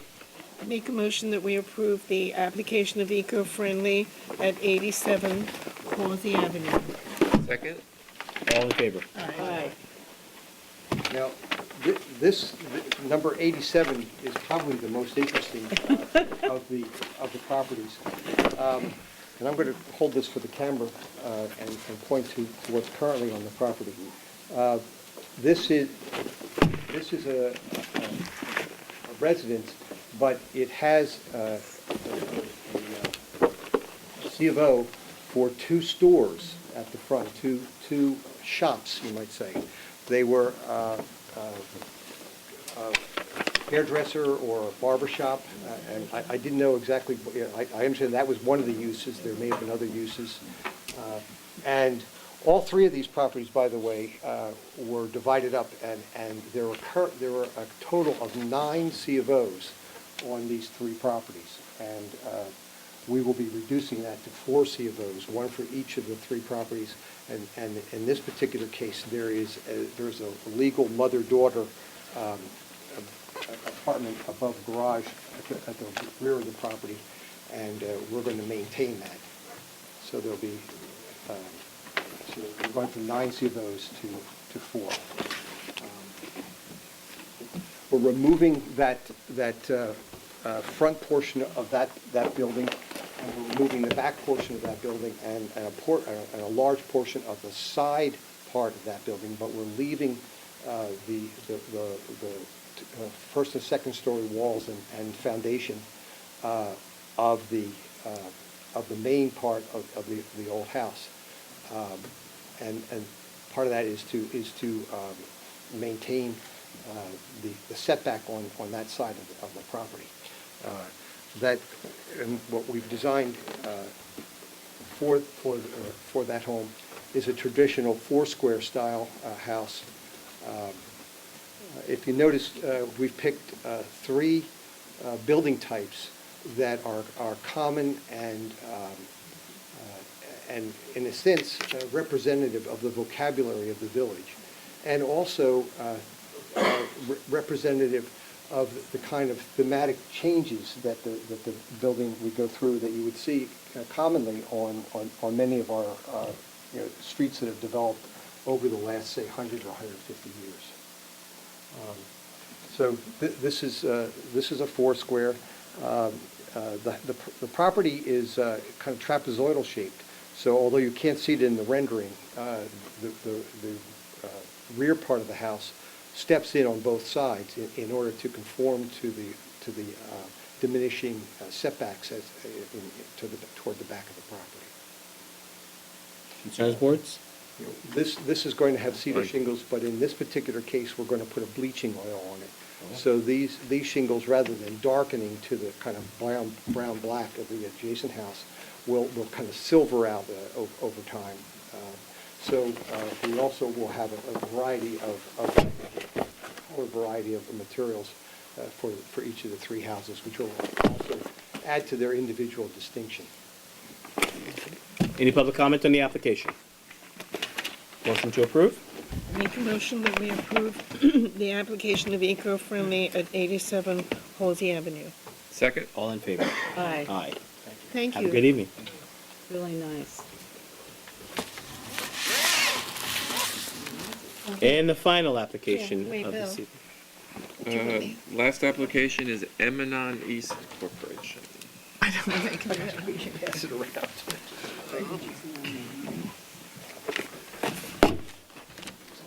The applicant present?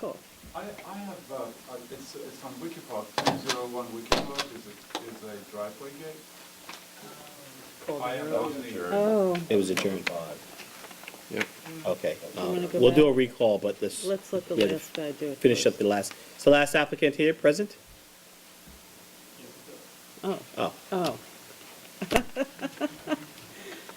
Wow. I've had a Busy. marathon evening. Yes. See? Let me take a few minutes to put this into the record. Well, maybe we could do the other guy now.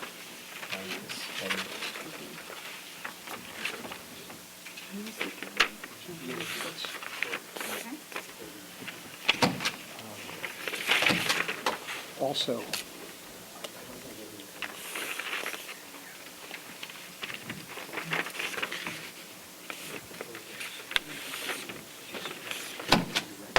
Okay. since I'm No, going to be that's good. Thank you. This is an application for a new home on North Main Street. This is the section of North Main Street north of the railroad trestle.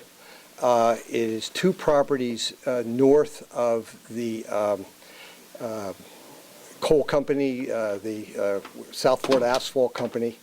There are currently two vacant lots flanking what is now a single-family residence, which is coming down. This proposed house is for the lot where the current single-family residence is located. In the historic district? No, this is not. No, this is adjacent, but not within the historic district. So the brown house, The brown house is coming down. Has a demolition permit been granted already? I don't, I've done the design, I haven't done the other application work, I don't know. I'm not aware. It's not a part of the historic district, so. Okay, we have a certificate of appropriateness. For that is being demolition. proposed. And so we're now at a point where, did you do a report on this? If it's not in the historic district. That's what's cracking me up, because it's saying it is.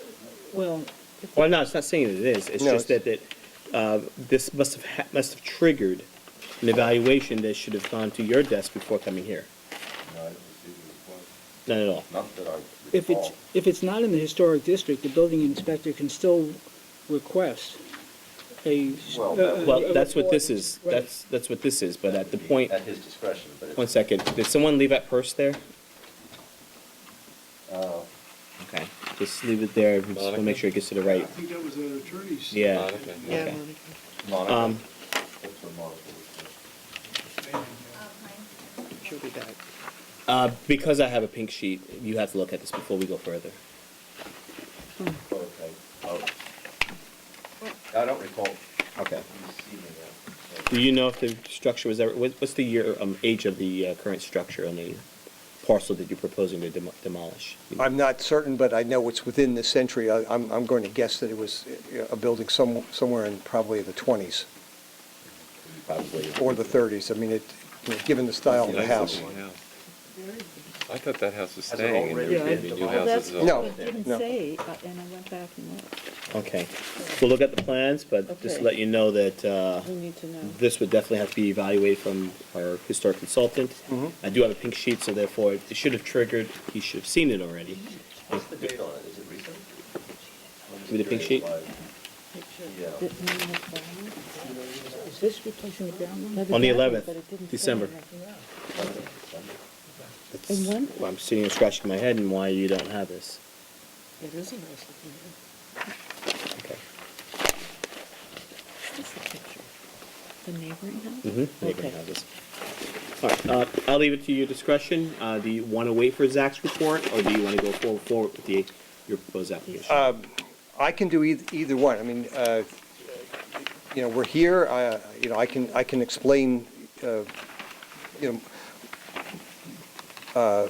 design to The you. only issue is, know. I know our legal counsel's not here, the only concern is, what legal precedent we have to move forward when there's a question about. I see. Whether it's contributing or non-contributing out of the historic district. You want to go forward tonight, right? Yeah. So, if you'd like, I'd be happy to explain the design to you and you know, clear that part of it. Okay. We have, you know, we did post and do the mailing on this, so the neighborhood has been alerted to, you know, to the proposal. What we have here is a it's a traditional style. It's in some senses it's a Georgian style home. It's a simple gable roof that sits over the main part of the house. There are two wings, single-story wings on each side, sometimes described as dependencies. In this particular case, each of those wings projects about a foot forward of the main part of the house. So you have kind of an A, B, A, you know, arrangement. It is a symmetrical design. Once again, you can see that we've depicted on the front elevation the building envelope and the height of the building, which will be a little bit less than the allowed 35-foot height requirement, because the gable slopes back from the street. That also, you know, tends to diminish the height aspect of the presentation to the street. And of course, we've stepped the scale down by putting the one-story dependencies on either side of it, and it's sited just slightly north of center on the lot, as you can see from its placement within the building pyramid. It's intended that this house will be a cedar shingled house with a cedar shingle roof, white trim. There'll be, the dependencies will present themselves as painted white with recessed panels under the windows, and then a entablature above the window line, and that entablature continues around each of those wings.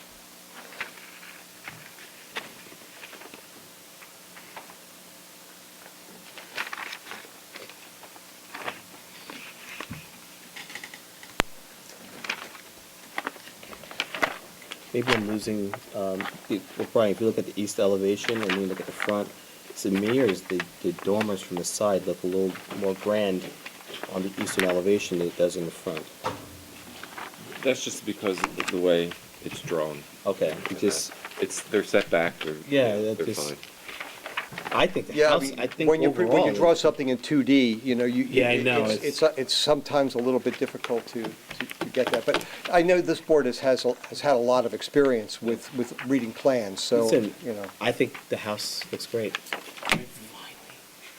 Well, the other It's a thing, big deck. You had two of them, aren't Is that accessible deck or is that a? Yes. Yeah, there's And somebody it's big. working it's on an acre. But it's 20 feet from the next house. they? Big and a bit. Let's take a look.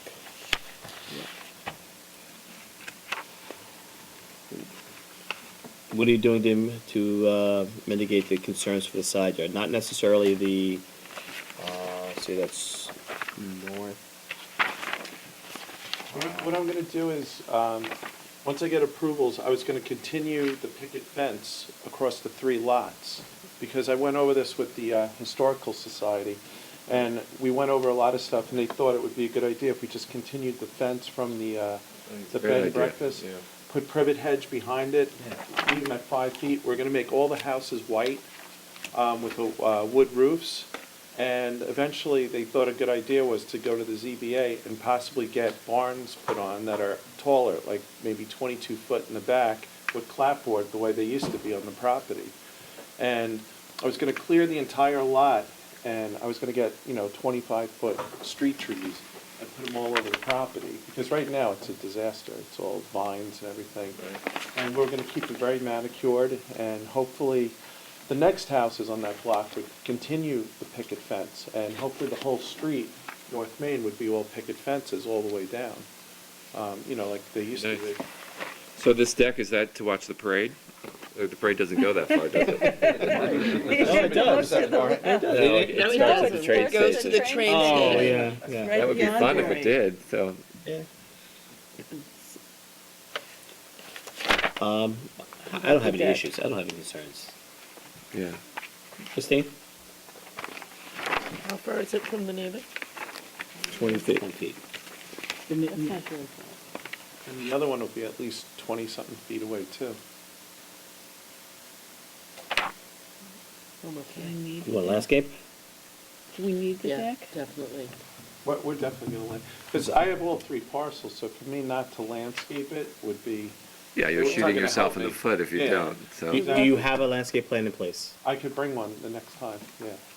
But you have any concerns about the architecture? Not really. If he comes back with a landscape plan that shows and demonstrates that, I mean, if you're representing, not that this should take in play or should be a part of what we're making a decision on, but yeah, you're part of all the other 2 lots, and therefore, obviously, you'll do what you need to do to screen for those, for the neighboring lots. But it would be nice to have it as contractually part of the overall application. So can you have a landscape Yeah, plan? absolutely. And what I'm gonna do is when I build these, I'm gonna covenant in the property that they have to keep the houses white, they have to keep the picket fence, so all these things will stay there forever. Okay.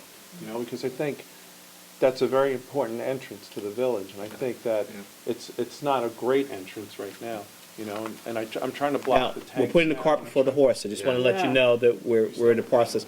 We are kind of putting the cart before the horse. There's still an evaluation that has to be taken by Zach on the existing house. I'll have that in the file before the next. Before the next meeting. But in terms of what's being proposed now, I don't think there's any concerns or issues about the current architecture. You've come back with a landscape plan that indicates there wouldn't be any issues with privacy, and Zach comes back with a report that's favorable. I think we're in good shape. Okay. Anything further from the board? In the same way that Bill did a great job representing the 3 houses on Halsey Avenue, and maybe that was fortunate circumstances of timing, but inasmuch as you own the 3 properties, or at least have the rights to the 3 properties, is it possible to do something in that order? Because I'm personally hesitant to make any comment about the architecture while a possibility, in the absence of the context of that house, which has some historic question, and not in a negative sense, it's just a question mark. If I could wave my magic wand, it would be great to see those 3 houses and Bill present them the same way he did on Halsey Avenue. Is that at all a possibility? I don't think I'm ready to do, well, I could tell you the second one we're doing, I did a house in Wickapog, one of the white farmhouses. I forget what number that was, but I believe Brian was in it. And that house, we're gonna do a modification of that. And that house was brand new, and everybody thought that was a renovation. And I think we're gonna try to pull that one off. That's a farmhouse. It's like a 1920s farmhouse with the porch. And we're I gonna, think you and I were there. right, yep. And I think that's a good house to put there too, with the porch and everything, and, so they're good. I mean, it would be crazy for me to try to put some kind of contemporary or something. I mean, we're gonna make these, and I think that's what's gonna be appealing. Let me just address something that was just said, so that we know where we are as a board. We're looking at this application independent, even independent of any thing that will be potentially proposed on any of the other 2 parcels. Right. So, not to prejudice the applicant in the process, we're looking at this independently. Right. Just like if the other applications were to come before this board, we will look at those applications independently. Right. We're looking at the architecture about, with regards to this, with the understanding, and I think I've been very candid and open, that there is a process that still has to be under its way, and per the completion of that process, 1 or 2 things could happen. A, it could be determined that the structure is a contributing structure outside of the historic district, and then there's processes by which this board can undertake to move further. Or B, there is no historical significance of the current structure outside of the historic district, and then we're looking at this independently as the architecture has been proposed. With the applicant coming in with the changes, not the changes, with the addition, which is the screening for the size for that second-story deck. That's where we are now. Anything further from the board? Anything further from the public? Zach will see. Zach will see the report at the next meeting. All right, so you'll prepare that and you'll have it at the next meeting, the screening. We'll hopefully have the report in file a couple of days prior to. You'll be notified that it's in there, and take a look at it. And that's where we are. All right, thank you. Request of the Thanks. board to adjourn so we can move further. Yep, thank you. Motion to approve the applicant's request to adjourn until next meeting. Thank you. Motion that we approve the applicant Emanon East Corporation request to adjourn 276 North Main Street to our next meeting. Second. All in favor? Aye. Aye. Recall 201 Wickapog LLC. Yes, that's right. Okay. So, Your name for the record, please. Paul Duplessis. You're proposing a driveway gate. A correct? driveway gate, correct. We had some concerns about the driveway gate, so can you explain to us what is the spacing between the slats and what is the overall percentage of transparency? Why we came up with that design is the owner have a concern because there's a lot of traffic in that area. And also they have 3 kids, one is 3, and then they have twins that are 3 months old. So, and we just feel that we're not doing a gate on Newtown Lane. So Wickapog being the more busier of the 2 streets, it's right next to the stop sign. We wanted to have that, somewhat opaque. But I've looked around in the area, and a lot of the gates do have more transparency. But I would just like to get your view on it and what you oppose. We wouldn't break any type of any of the precedent that we've set on the prior applications that you've, to your own admission, seen that there were more transparency. Something we held, and I'll give you the reason why, because this is probably the first time you've come before this board and heard this. We tried to keep, the Southampton Village was always supposed to be an open environment where you're able to drive. The streetscape is supposed to be more inviting. Correct. Yeah. When you create that stockade facade where it looks less inviting and more like a imprisonment. I understand it's for the children purposes, but you're almost you're over an acre, correct? Mm-hmm. That's a lot of room to run. I'm not to make any explanations or excuses, but driveway gate being with the type of transparencies we've asked shouldn't make any difference with regards to children running out into the street, if that's the nature of the driveway gates. But needless to say, what the purpose of the driveway gates are, it's not the purview of this board. We have to look at it from an aesthetic standpoint. And based on that, we want to stay firm with regards to what we said as a precedent. Okay. Is there a particular gate that that would be approved? It's not a design. We look at it, the overall transparency, which is 50%. Okay. Normally, typically, we like 3 inch, 3 or 3.5. 3. So if I 3 copy inch it, spacing between the slats. So if I copy a gate on the street, that's the house next door or 2 houses over, would that be approved? 2 houses over on Wickapog or on? Yeah, on Wickapog, on the north side of Wickapog. On the other side of where the school is. If we approved it. If we, yeah, and that's another thing, not to say that we approved every driveway gate that's come up, but we can't say yes or no. You have to propose it. You have to bring it forward and let us take a look at it. Okay. Any other questions? No, all right. So you allow us to adjourn the application so that you can come back with an alternative design? Okay, sure. Motion to approve applicant's request to adjourn until our next meeting. Make a motion that we approve our applicant at 201 Wickapog LLC for the gates to come to our next meeting. Second. All in favor? Aye. Aye. What's remaining are the minutes from December 14th. You were not present. That's right. Every other board member was present. Everyone had the opportunity to review. Questions, comments, concerns, errors, or omissions? Motion to approve the minutes from December 14th, 2015. I make a motion that we approve the minutes from our meeting of December 14th.